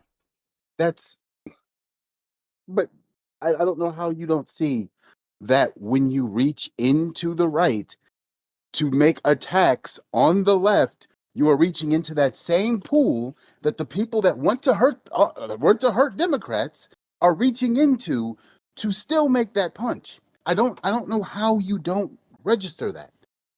Because when I point out that what the right is saying about Hassan, or what the right is doing using Hassan and these other far lefties to paint the Democrats as a whole as terrible people, I'm actually correct on this. And when Wick, the right I does it, agree with you. I did this as well. When Daria Lisa won, I said this is going to be used as a cudgel for fucking everything because she's so crazy. But what I don't do is say, hey, Fox News is right about her, and then post a Fox article. These are different things. You're allowed to say that this is going to hurt us. You're allowed to say Fox News is going to capitalize on it. I'm saying that when you take from right-wing sources and you uncritically post them in the way that you have, I think that is bad. I think you were hurting things.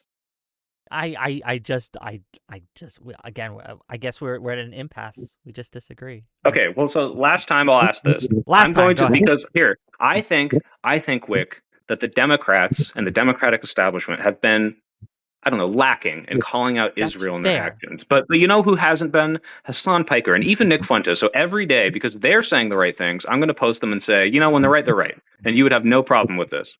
I think that if knowing you, right, and knowing your content, I would say that, of course, that doesn't make him a Hassan fan or a Nick Fuentes fan, and I wouldn't think anything of it. All right. I, admire your consistency. I think that would be incredibly harmful. I think that would drive people in my audience to some degree to go watch Hassan. It's like, well, if he's right about Israel, what else is he right about? So Will maybe drive your people to Nick Fuentes? audience would be like, "Oh, Soy Pill quote tweeted Nick Fuentes. Maybe he's onto something." But then again, I've seen your chat. I think a lot of your audience already does watch Nick Fuentes, the Soypers, right? But Nick Fuentes, really? The soy? That's true. They are called soypers. yeah, Okay, fair I enough. mean, like I've seen a lot of similar talking points from a few of the more extreme people in your chat. Let's say that.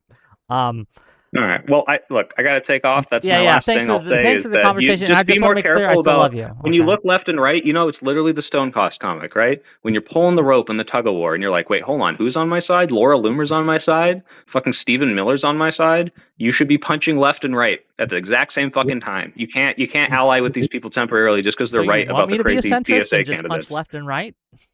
I want you to be a center left. That's where you are, right? You can punch left and right from the center of the left. Okay.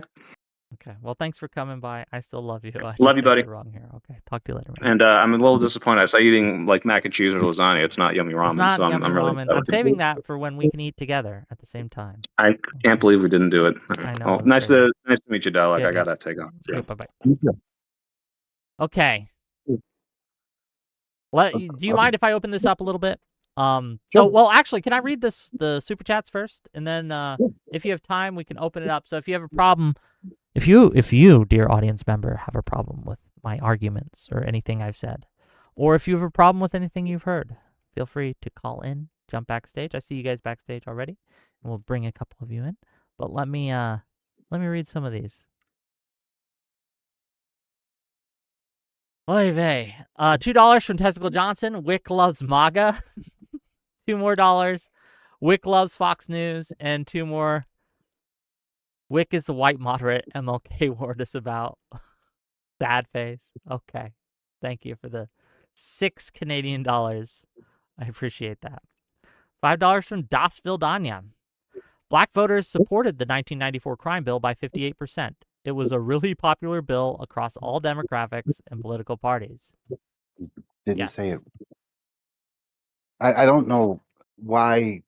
Like I can't tell if this is just an active misrepresentation of what I'm saying, or if you don't understand that I'm not saying whether or not the crime bill was good or bad. I thought it was bad. You think it's good, but that's another argument.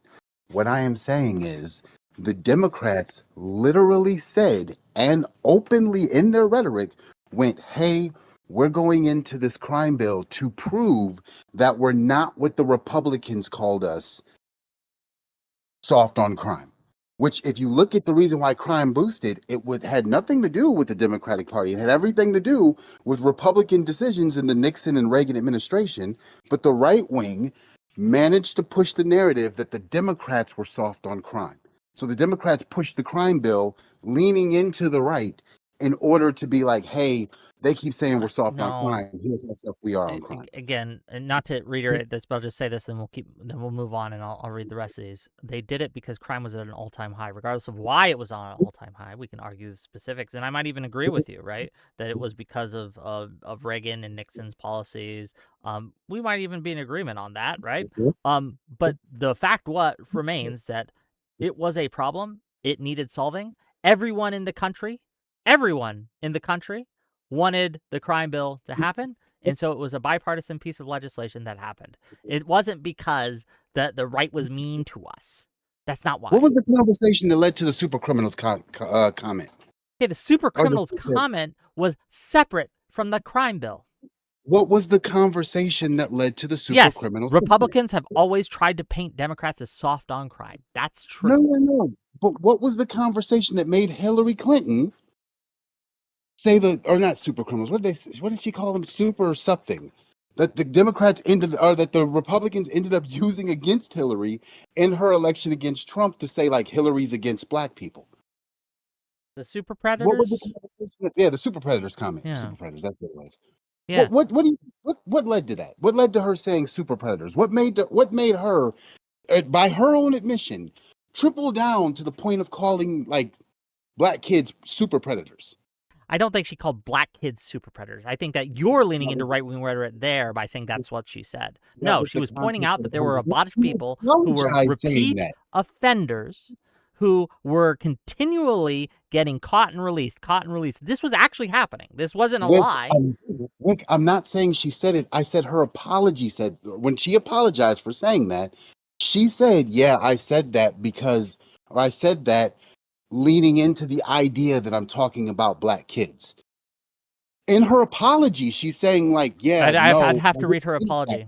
Okay. I haven't read her apology on that. But regardless, like I said, the idea that the only reason that the crime bill passed was because Democrats were like, well, they were mean to us about being soft on crime, so we have to go right. No, we had a crisis in the country, a crime crisis in the country. Both sides got together and they fixed it. And it worked. It worked. Crime went. You might be admitting something that might make this conversation make sense. So is the only way you understand something is if it's only and no other? Because I think that might explain why this conversation is so hard to have.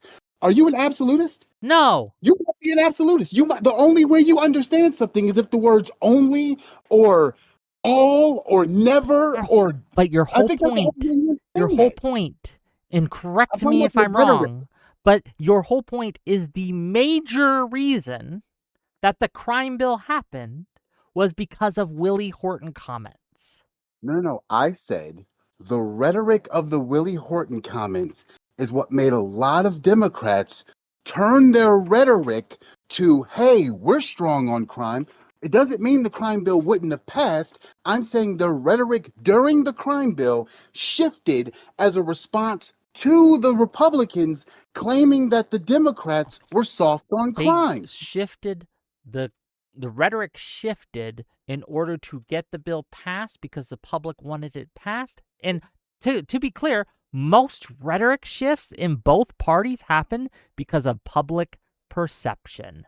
People see them as weak on one thing or strong on another or something doing something wrong. So politicians will often switch up their rhetoric based on what the public perception is. But you already admitted that you said that you're calling them a liar when they literally said what I said. You're like, oh, well, then they're lying. So I don't know how else. What do you mean when I'm saying that they're lying? What the hell is that black congressman's name? The one that Jim Clyburn? No. This is back in the 80s. He was the bigger one. He was part of the crime bill. He was the one 80s, I don't know what he fucking said in the 80s, man. Well, they sat him down and they asked like, "Hey, why did your rhetoric go or shift so quickly with the crime bill?" And he said, and I quote, "At the time, we didn't think the crime bill was going to be written the way it was. We, in response to Willie Horton and the accusations that we're soft on crime, had to make ourselves appear tough on crime. And that was part of the Democratic platform of claiming, hey, we're tough on crime. We're not what they call us. They shifted to Republican accusations that they were soft on Do you know who crime. wrote the crime bill? Biden. Yes. So Biden why? participated. Okay. So the Democrats said we didn't know that the Democrats would write the crime bill the way the Democrats did. Is that your claim? No. Okay. The I don't. claim is that Look, wait, we're wait, gonna David. read the rest of these super chats. You're just wrong on this, but that's okay. Okay. Wow. Okay, go ahead. Okay. $5 from Ripped Cripper. Wick is based. Sometimes yes, sometimes no. Okay. £10 from Riz. What the fuck? This performative ignorance is so annoying. They know the right-wing perception of Dems is insane. Things like open borders, defunding police, etc. They know Dems always have to combat that perception. Well, yes. $5 from Relies on Dob. At the Soy Pill. It's about treating the far left like they treat the moderate left. $10 from Burn Bird. Thoughts on renaming Lib and Learn to Sock and Sosh? Okay, I don't know about that. $10 from Chachi. Soy Pill is hiding his power level, as always, and abusing Fox News bad as an excuse to sweep for tankies. DA's main beat is defending far-left racism, but this Iran argument is actually hilarious. Is that your main beat, defending far-left racism? No, I'm not defending the far left at all. Like, if you look at my post, half of the far left hate me because I hate the far left. I've My not seen your post, argument to be is specifically about tactics that lead to us losing. I can't Okay, stand well, the far left. To be clear, I don't think these, like the crime bill, like we won in 96, right? We absolutely did. It didn't make us lose. We actually won. So I don't know why you would say it made us lose. I don't think I just disagree with your overall point, but let me get through these. $5 from Das Vidania. Heartbreaking. The worst person you know just made a great point. True. $5 from Bad Company. Nick Fuentes is a niche pundit that you have to search for. Fox is the largest news network in the U.S. Well, yes. $5 from Ingwiz. The problem is that Fox News is the only news critical of this behavior because lib media is full of people like Soy who are permissive of this. Did we ever find the CNN thing? I sent it to your Twitter. Okay, I'll check it out. Oh, by Twitter. Why would you do that? Hold on. Let me 'Cause I'm not finish reading afraid of these you. and then we'll look. The Raging Unicorn for $10. If the accusation is that you agree with Fox in a specific singular criticism of the Democrat Party, then their criticism is accurate, but very fucking dumb. Response? I know. Well, I feel like I'm going to end up saying the same thing over and over again. If it's just you in a context where we haven't seen an insane amount of why I left the left nonsense of people literally doing this and then ended up being right wingers themselves, I think the context would have been different. But because we've watched this for 10 years, I don't think we can afford to do something that the right is not doing to their own people. Like the right is not. The right is pulling losing left- currently, just to be clear. Okay, we're going to have that circular argument where the right's not losing because of rhetoric. The right is losing because of policy. Yes. Which they always lose because of policy. Why does They rhetoric win only matter on the left, but it never matters on the right to you? Like, why does because our the right rhetoric wins. never always have an effect, but their rhetoric, our rhetoric has to be perfect, and their rhetoric, they Yes. can just say whatever and it doesn't have an effect. Yes, because the right wins Okay, on I rhetoric. and the left disagree. wins on No, policy. that's just not true. Look, the media environment is biased towards the right now. The new media environment specifically. I agree with that. So it's harder for us to get our message out, right? And it's easier for them to get their message out. That's true. But to act as if that's the same thing as the rhetoric on the right has no effect on the populace, I don't believe you. I think that's It doesn't. wrong. The right wins on rhetoric. The left wins on policy. You can see this every election. Every election, the right wins on rhetoric. The right, whenever you match rhetoric side by side, and I think we've given multiple examples of the right tossing out rhetoric where factually they're lying, but they still win the point, where the left does not have that ability to factually lie and still win the point. But they lose. The right they lost in 2018. They lost in 2020. They lost in 2022, right? They lose doing this. from policy, not rhetoric. No, hold on. Yes. In How did Obama win? 2022, Please tell me. in Please tell me Obama. 2022, right? They didn't have policy. We had control of the government. They didn't have policy, right? They lost on rhetoric.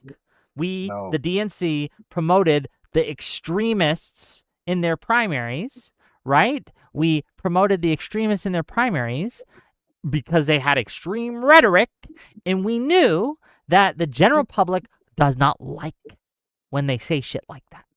And we promoted these people as a strategy, an intentional strategy, to make sure that in the general, the Democrat would win because they were seen as the more moderate because of their rhetoric.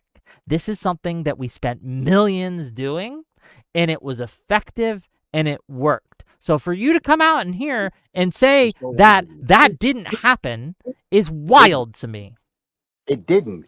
Factually, it didn't. Okay. My brain's exploding. That was you're just saying it didn't happen? We have records of this. Okay, let's do this right. If you look at every single right-wing administration from Reagan, look at their policies. Their policies crap out and they lose specifically because of the effects of their policies. If you want to go from following the Reagan era into Bush, the no new taxes thing turned into it becoming so bad that they had to raise taxes, leading to Bush losing. It wasn't because of any rhetoric. It was because of the no new taxes thing.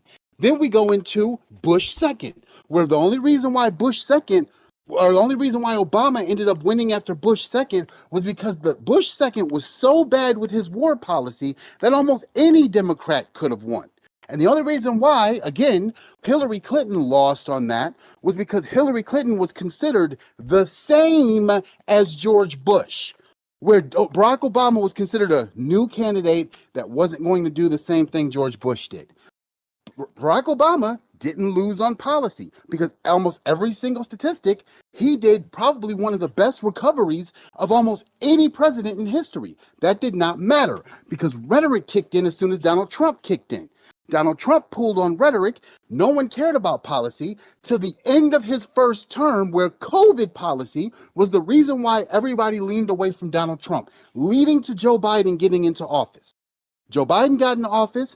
We can argue that he had one of the best presidencies on policy in history, but by the end of Joe Biden's presidency, one, Joe Biden was duttering around like an old fool, so they started saying that he was like incapable of running for anything, and two, Kamala Harris ended up fighting from both sides the rhetoric that led to the rise of Trump. This is hold on. This is such a one-sided account that you were just so blind to the policy effects of things like Reagan. Why do you think Reagan won as fucking big as he did? One of the biggest wins in '84. It's because some of his policies actually fucking worked. And the idea that it was, it's only rhetoric when they win, and it's only policy when we win, that's not true. One of the reasons Bill Clinton was able to win so big in '92 was because of his Sister Soldier moment, where he used rhetoric, not policy, bitch, rhetoric, to stand up to the far left and say, fuck you, this is not who we are. And that gave people permission to vote for him, saying he's not crazy, he's not like us. We have actual physical records of these things happen that you can watch, that you can look, but you are so blinded by your ideology that you cannot see these realities, and you deny even 2022, even as recently as 2022, when we have documented evidence of us using rhetoric as a political strategy to point out the extremist rhetoric of MAGA and the right, and promoting those people in their primaries so that they would win the primaries and lose the general because not of their policy, their rhetoric is crazy. This is crazy making. You're making me fucking crazy. You are so wrong, and I know how. I am not wrong. I can prove it. I can show you, motherfucker. By one name. One name is the reason why you're wrong on the Bill Clinton argument. Ron Paul. Ron Paul. Raise of taxes because George Bush said no new taxes and ended up raising taxes. That was making people lean again. Ron Paul. That helped. But again, this is why you're saying you're one-sided. Because if you acknowledge that helped, but you don't acknowledge that the Sister Soldier moment helped, you're lost. It didn't just help. It didn't just. What I'm saying. Okay, didn't yes, just yes, happen. because I'm saying nothing it nothing literally we say shifted. matters, and only what they No, no. say matters. I'm saying my That's argument that's is the that's the bigger argument that than you're making, is that yours nothing based we on say polls. actually matters, but everything that they say matters. Remember when I asked you if you were an absolutist and you said no? This is an example of an absolutist You're argument. being Because absolutist. I You're saying that it only policy, no, I only didn't say only. specifically policy I said makes this is the left win, major and the right reason. only wins on rhetoric. Why do you think they leaned into Ron Paul? Why do you think Ron Paul was even a thing? Ron Paul was a thing because third parties almost got off the ground in that election. Because of why?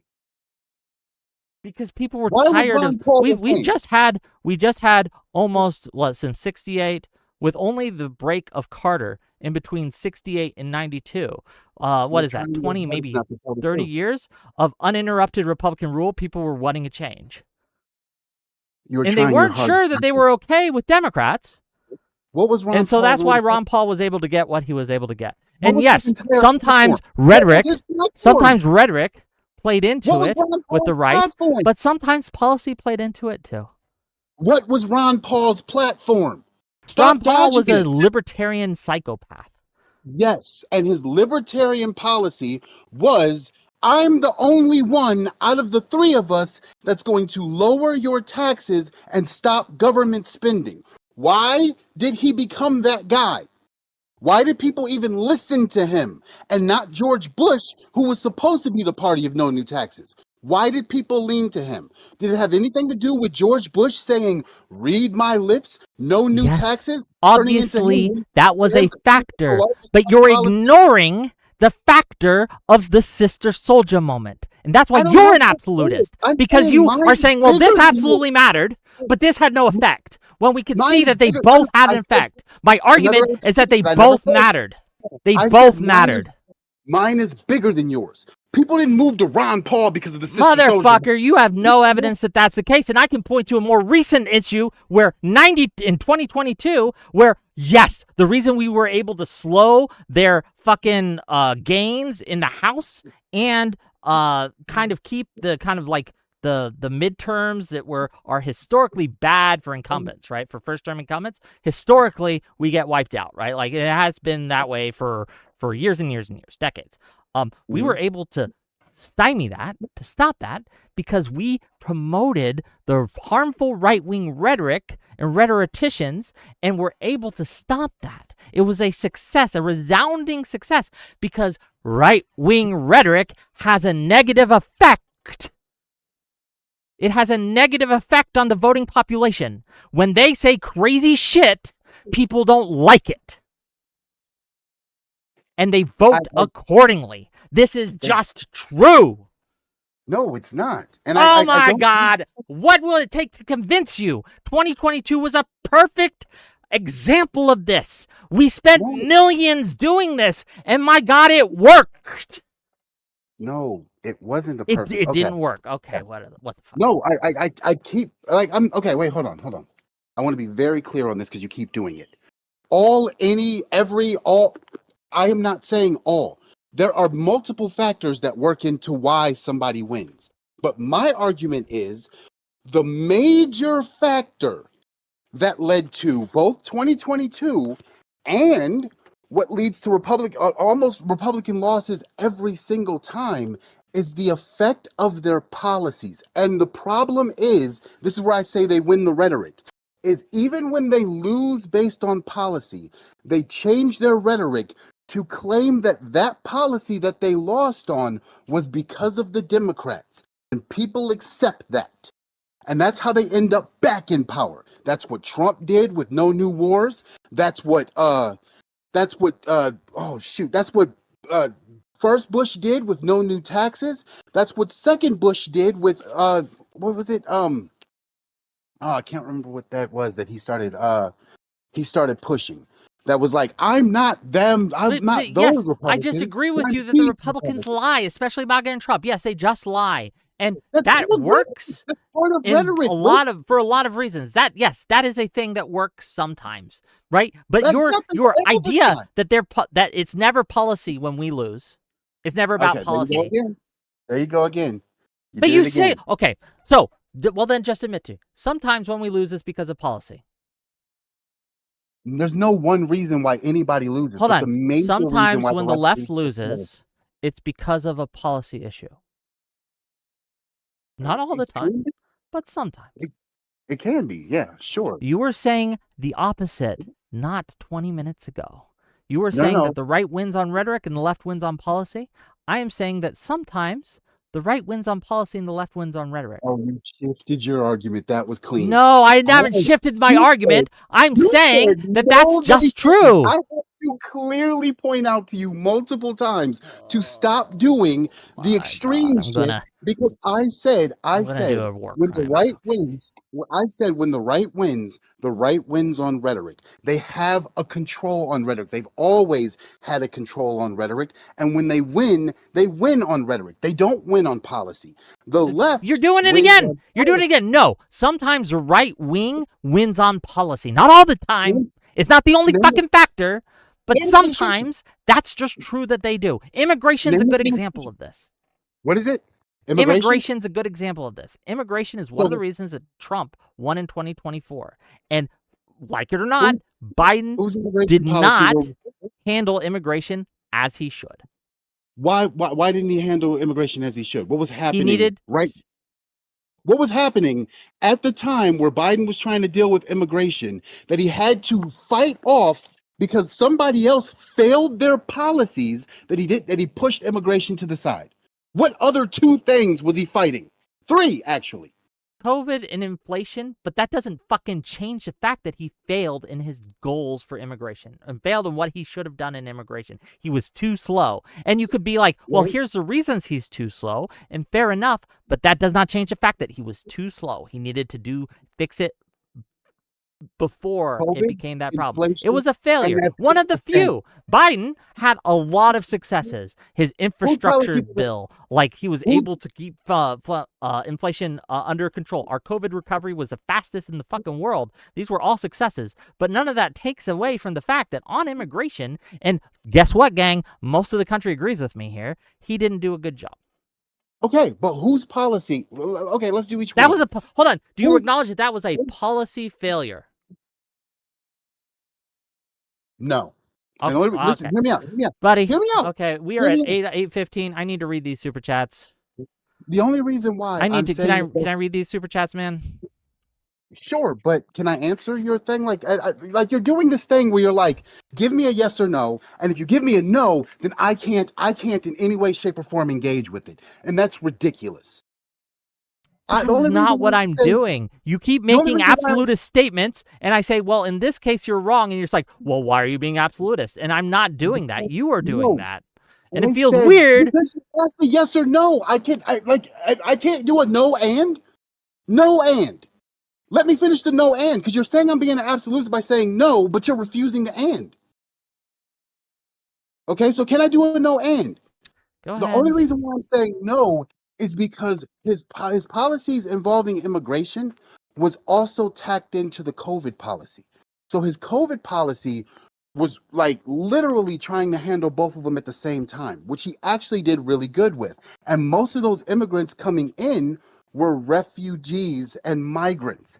They weren't just illegals crossing the border, which meant the issue that he had and the roadblock that he ran up against was not because of anything he could do.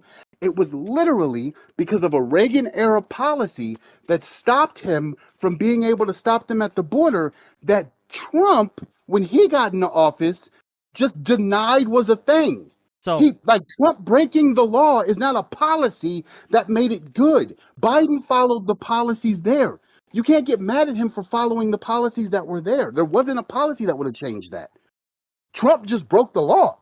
So if you're saying Biden's the problem, there's like because three things that you said that were just factually wrong that I have to correct now. One, the reason that he could not just simply stop immigration entirely like some people wanted him to on the right, and that's not what I'm saying. That's not what I was asking him to do. That's not what I feel he failed on. The failure wasn't just not doing, like, shutting down the border completely. No, he could have. There was a multitude of ways he could have stopped the problem that did not involve doing what Trump did.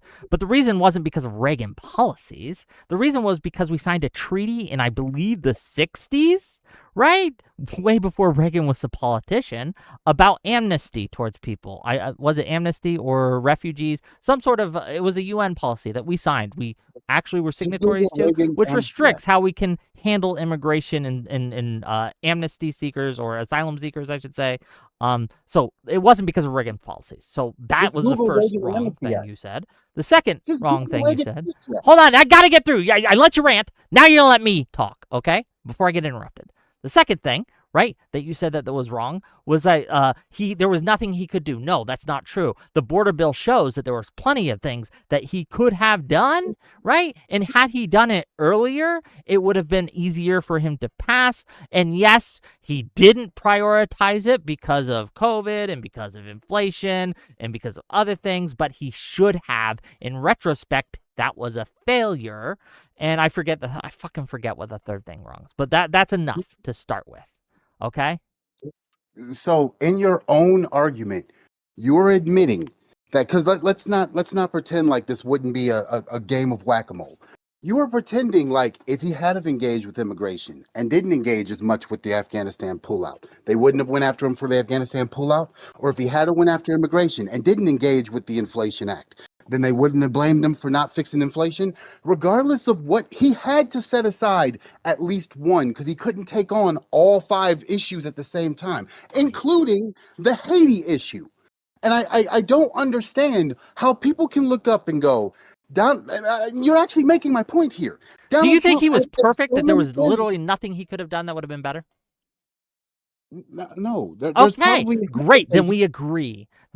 We agree that he could have done this better. Okay, but but you're making my point. Yes? No, you're not. No, yes, you're not. He could have handled these things better than he did.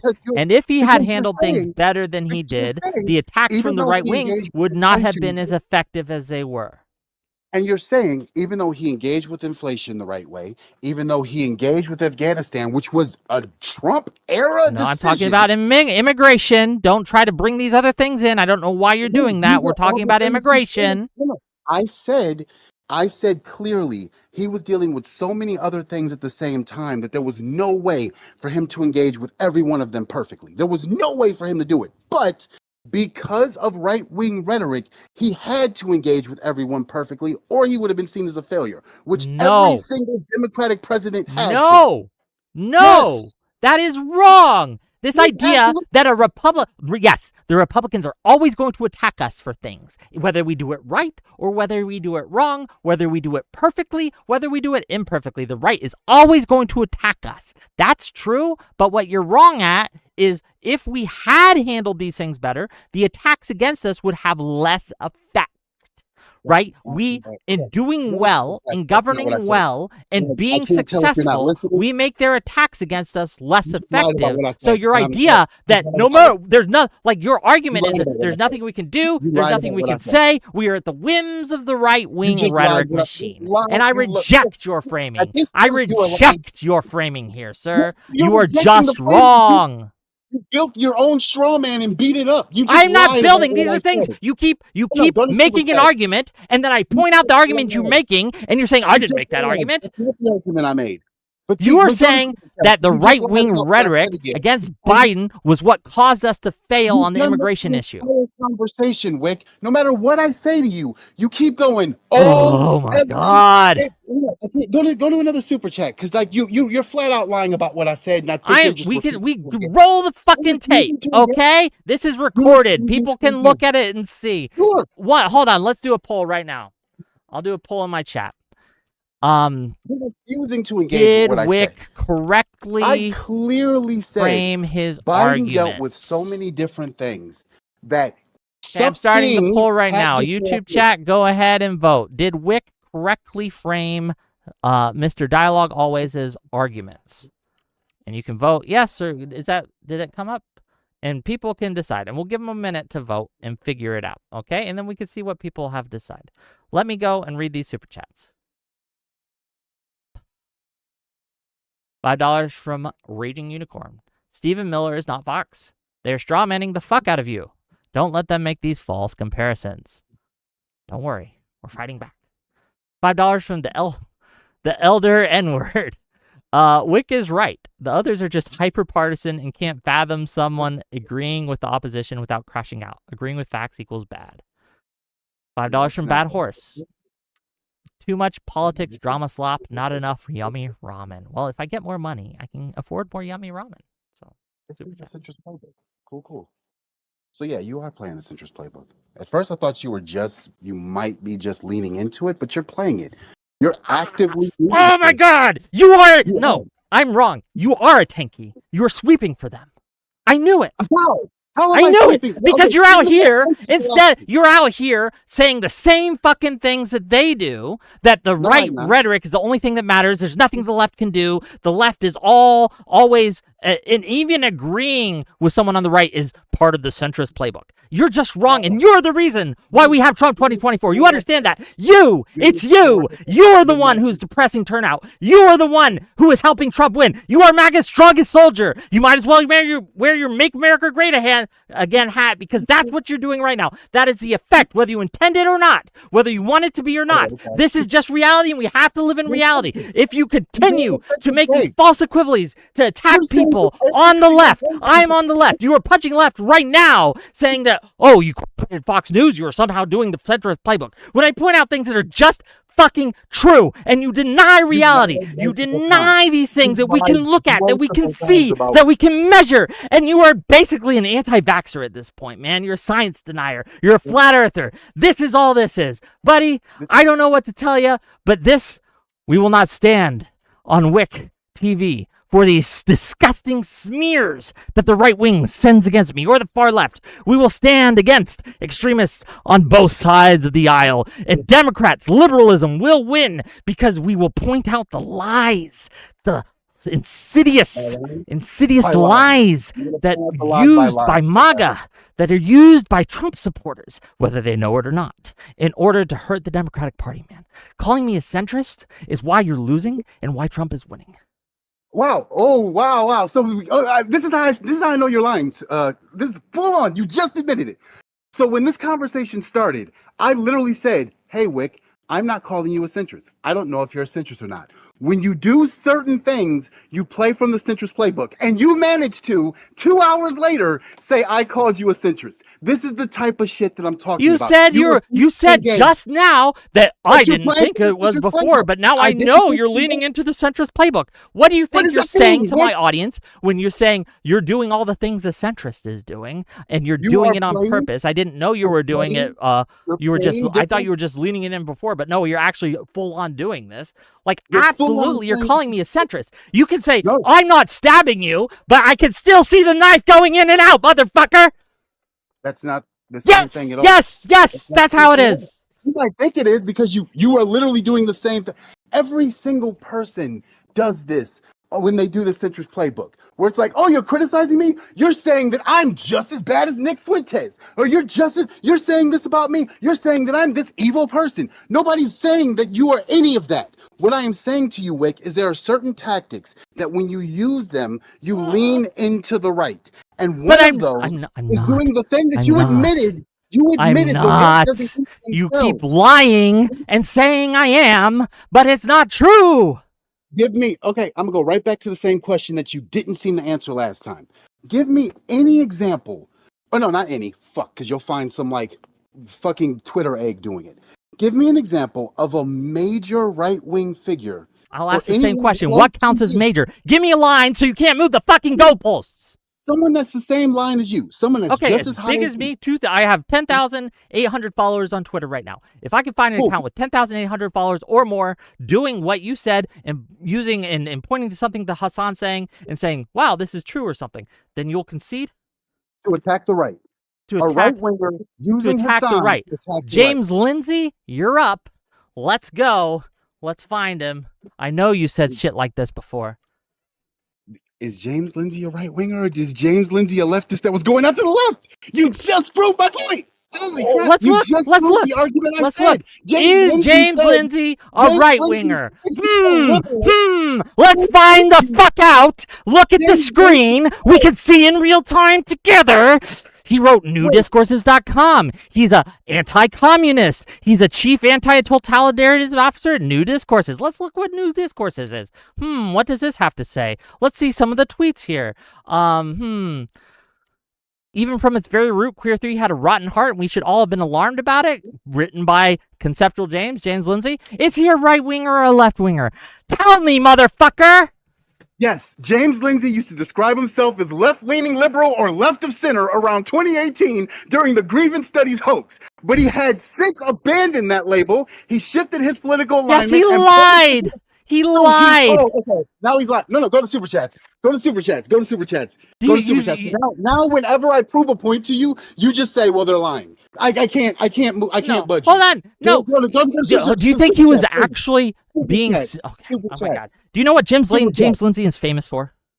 He's famous for infiltrating a left-wing space, pretending to be a left-winger, and writing things that were anti-gender critical or maybe pro. I forget what it was, but basically that's his whole shtick. That's how he became a thing. Is he infiltrated a left-wing space, posing as a left-winger in order to make the left look bad?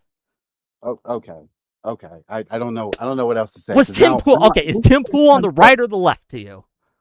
At the time that Tim Pool called himself a leftist, he claimed he was a leftist. I'm not going to lie and be like, no, he was right wing, especially when he was doing the what was it? The 99% thing.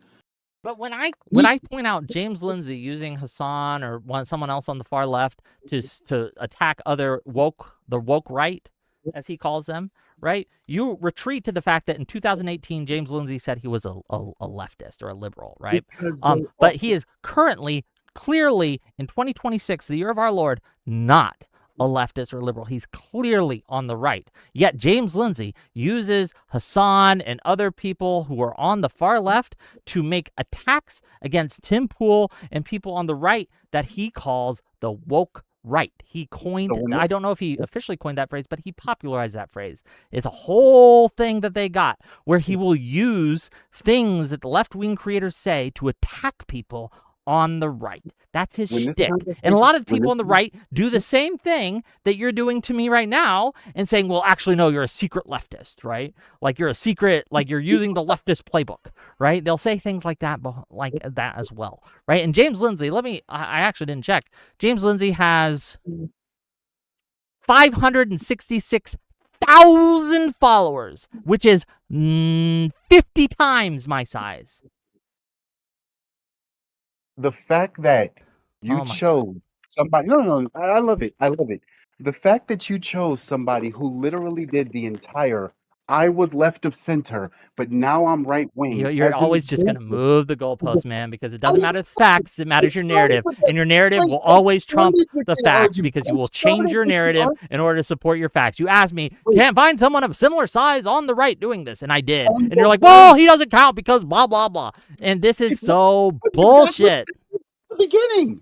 Wait. It's bullshit. At the very beginning of the reason why I am coming at you about this is because of the atmosphere of people that have for years claimed that they were on the left only to push right-wing rhetoric.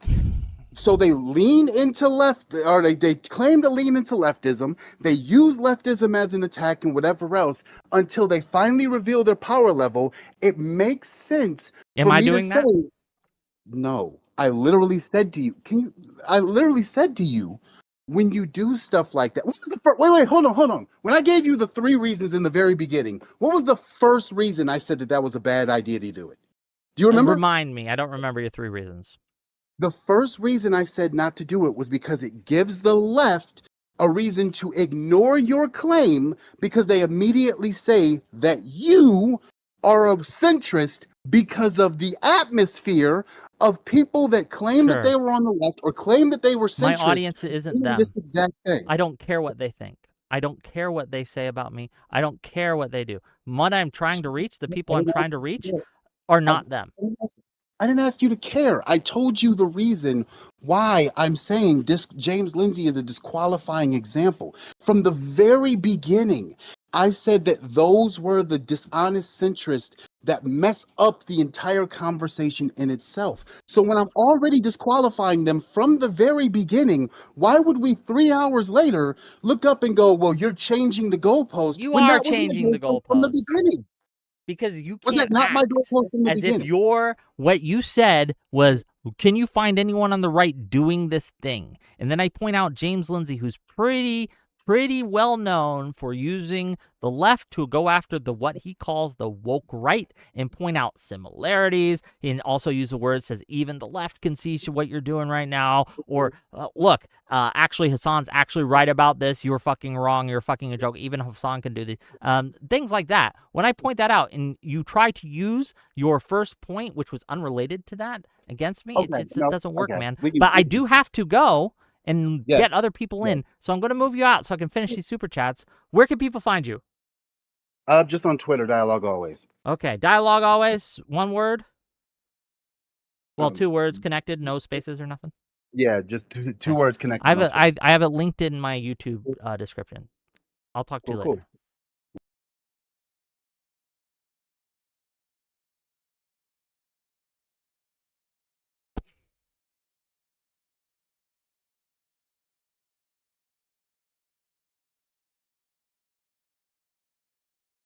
I don't know what to do. I don't know what to do. I don't know how else to get it through people's heads. What's going on? If I can't quote tweet someone on the right to show you what the right is doing, what I said they were going to do, if that is enough to get me called out, right, to get me them coming at my neck, I just don't believe they're honest actors. I don't, right? I don't know what else to say. Like, I give him example after example, and it's never enough. It's never good enough. It doesn't fit the narrative, so he has this cognitive dissonance, and it makes him crash out. Rip Haven says, so tell me this, Wick, why do all the far left streamers on Twitch say you're MAGA? It's because that's this tactic. It's to protect the tankies that are infiltrating the party. Is if you ever punch left to any degree and say, hey, what Hassan's doing is wrong, what Chevrolet is doing is going to harm the party, what these people are doing is a serious threat, you'll just be called MAGA. And unfortunately, it doesn't work in the real world, but we don't live in the real world. We live in this information space, which is heavily dominated by extremists. And yes, the levels of just bombardment you'll get from this kind of stuff, right? It's enough to make most creators not just shut the fuck up. It works. They do it because it works. And most people will just shut the fuck up because they don't want to deal with that level of crazy, okay? That don't want to deal with that persistent, consistent attacks. Just like little fucking chihuahuas nipping at your heels every fucking day, okay? It's exhausting. It's exhausting. It's draining, okay? And no one wants to deal with that. Luckily, for all of you, that shit makes me mad. And I like to fight. And so I say, come at me, bitches. I will break every single one of you, okay? Enemies around me, all I can see, targets in every direction, okay? I will take you all on because I'm just correct here. I'm just right. And no amount of social manipulation or pressure is going to change the fact that I am correct. And you can yap at me all you like. And we will have these conversations all you like. I won't run from you. I won't hide from you. And we will fight it out. And every single time, I'll break your fucking backs, rhetorically. Okay? Because the facts are on my side. Okay?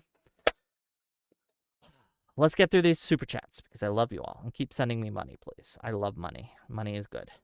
And also, I have a Patreon. If you check my link in the YouTube, I have a Patreon that you can support me there if you'd like to support me. We're going to do some cool things with it coming up, but you absolutely can give me some support there. I would really appreciate it.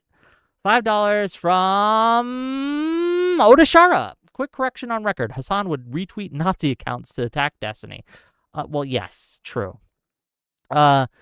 Chachi McSomething for $10. Hey, a dialogue always. Just so you know, when Fox posts tanky rhetoric and smears the Democrats with it, every person who responds by defending tankies because Fox attacked them, you makes them more correct. To be clear, I don't know what Dialogue Always does on Twitter. I have no idea. I didn't really check his account out. Maybe I should have. The Kugler for $5. Ask him to turn it around. How often does the left use criticism of the right to fight liberals? Stop gaslighting Whick. $2 from Dan Banana Debates. They want you to be more like MAGA. Stay strong. $5 from Bad Company. Whick, how could you promote the Checks Notes largest news network in the U.S.? Look at again. No one is hearing for Fox News from the first time because I made a quote tweet. I don't know. People's opinions on Fox News are kind of set. It's so weird. It's so weird. It's such a weird attack. Okay, $5 from Boredom to say having a commie influencer in a mouse suit speaking at a Democratic event does way more to play into right-wing narratives than Whick retweeting Fox News. Though, to be clear, to at least to Soypill, if Soypill could yell at Hassan, he would, I feel. And I think he has. He's called out Hassan directly in Twitter, at least. For what that's worth. Force of Nature, $10. Whick the Goat. Man, I don't know. I get mad, gang. I get passionate. I wick out. Is that good or bad, debate-wise? I don't know, but I do. $10 from Mr. Porator. I was aware of your skills as a host, but I'm starting to see how good of a debater orator you can be. Awesome job, dude. No, thank you. I appreciate it. $5 from Raging Unicorn. Whick, where's that CNN clip? Don't want our dearest ally to forget. He said he sent it to me on Twitter. I'll check after I read these. $2 from Mackenzie Latham to say, hey, Wiki, JStalk is covering this. Beware soy chat. Well, of course, JStalk's covering actual interesting content. Look, anyone can cover me. I just want to make that clear, right? Anyone's free to look and react or cover or disagree with or even promote my content. That's fine. You are more than welcome to do so, right? But let's just be clear. The reason that they are doing so is because my content is interesting and entertaining, right? If their content was interesting and entertaining, they wouldn't need to cover me.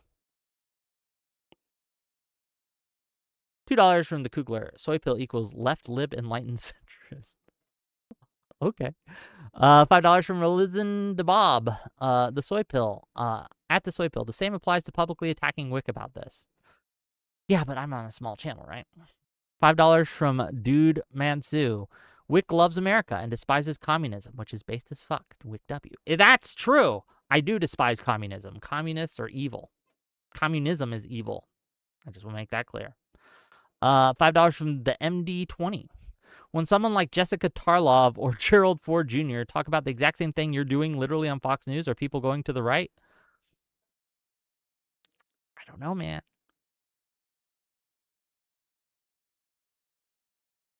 $5 from Senator from West Virginia. Hillary's apology, one Democrat, means the party was responding to Republican attacks and not just responding to the electorate. Like, again, that was such a wild argument.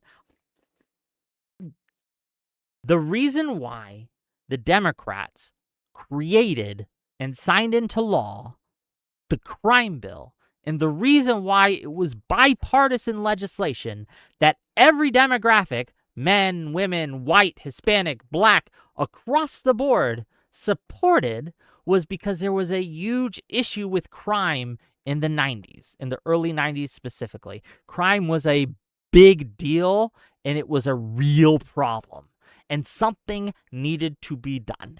And so you can have issues with the bill that they passed, and it wasn't perfect. There are issues with mandatory minimums.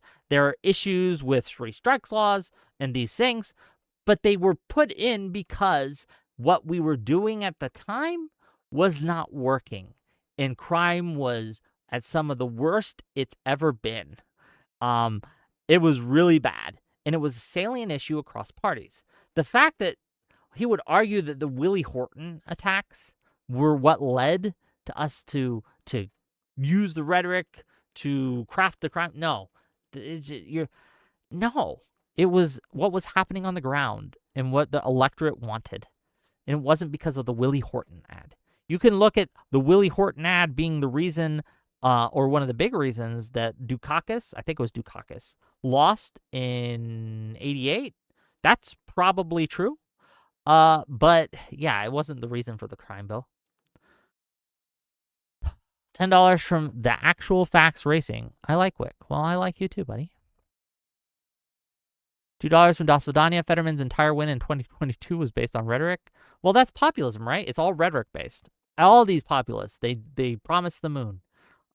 It's not actual policy. $2 from E.P. Thomas. The centrist ult of 5 minutes gish galloping. Okay. $2 from Des Vidania. This dude would believe Tim Pool was a liberal. $5 from Mr. Potter. You can wear that crown, Wick. You destroyed him right there and then. Lamau. Das Vildania for $5. Isn't it interesting that all the people he's claiming did the left grift were Bernie supporters, aka aside from Elon and far left? I don't like James Lindsay. James Lindsay, I don't know if he supported Bernie or not, but he was an infiltrator. He was a saboteur, right? He infiltrated the left in order to make his name, right? In order to kind of pose as it's like you remember that Matt Walsh guy movie he did? He pretended to be a leftist.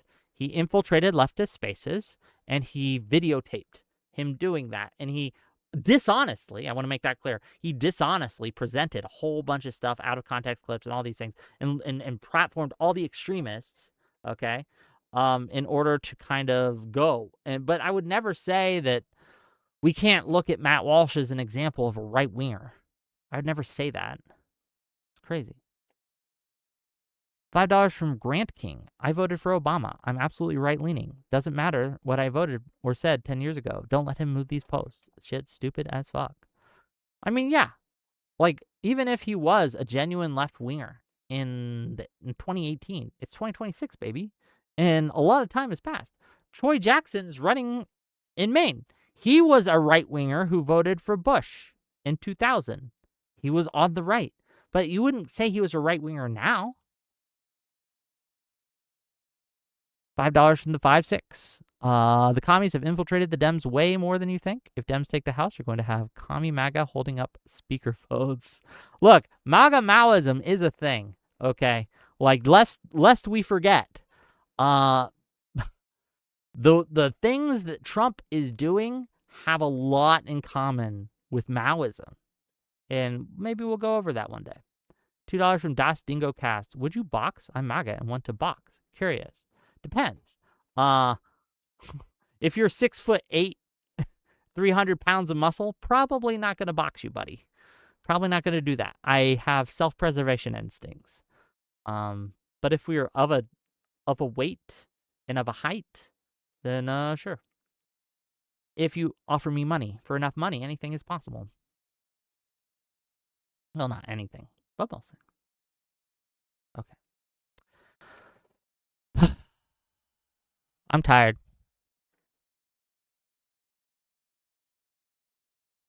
What do we got coming up?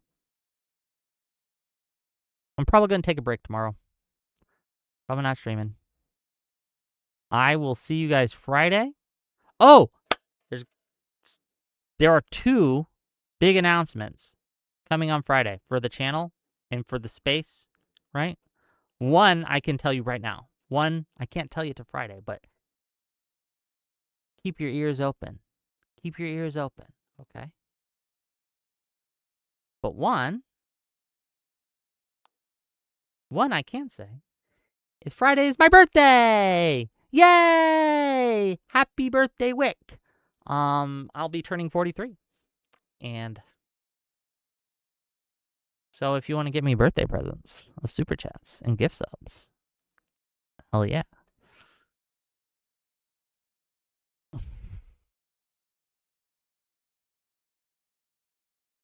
But yes, so that's the first announcement. But yeah, we're also going to be arguing with Mail Slayer. Okay, Mail Slayer, who has said that Darius and Destiny are evil, and that Stardust deserves to be sexualized because Stardust is a Destiny orbiter. We invited her on, and I'm happy to talk to her. We're going to have a little conversation. So, should be fun. Dastingo Cast for $2 says, I'm 5'3". Let's box. Big MAGA, you're cool. Gift, happy birthday, dude. If you're 5'3" and you want to box me, you should rethink that. What are you doing, man? I don't want to punch a kid in the face. Yeah. Okay. I guess I'll see you guys Friday, 6 p.m. Eastern. I love you all. Bye.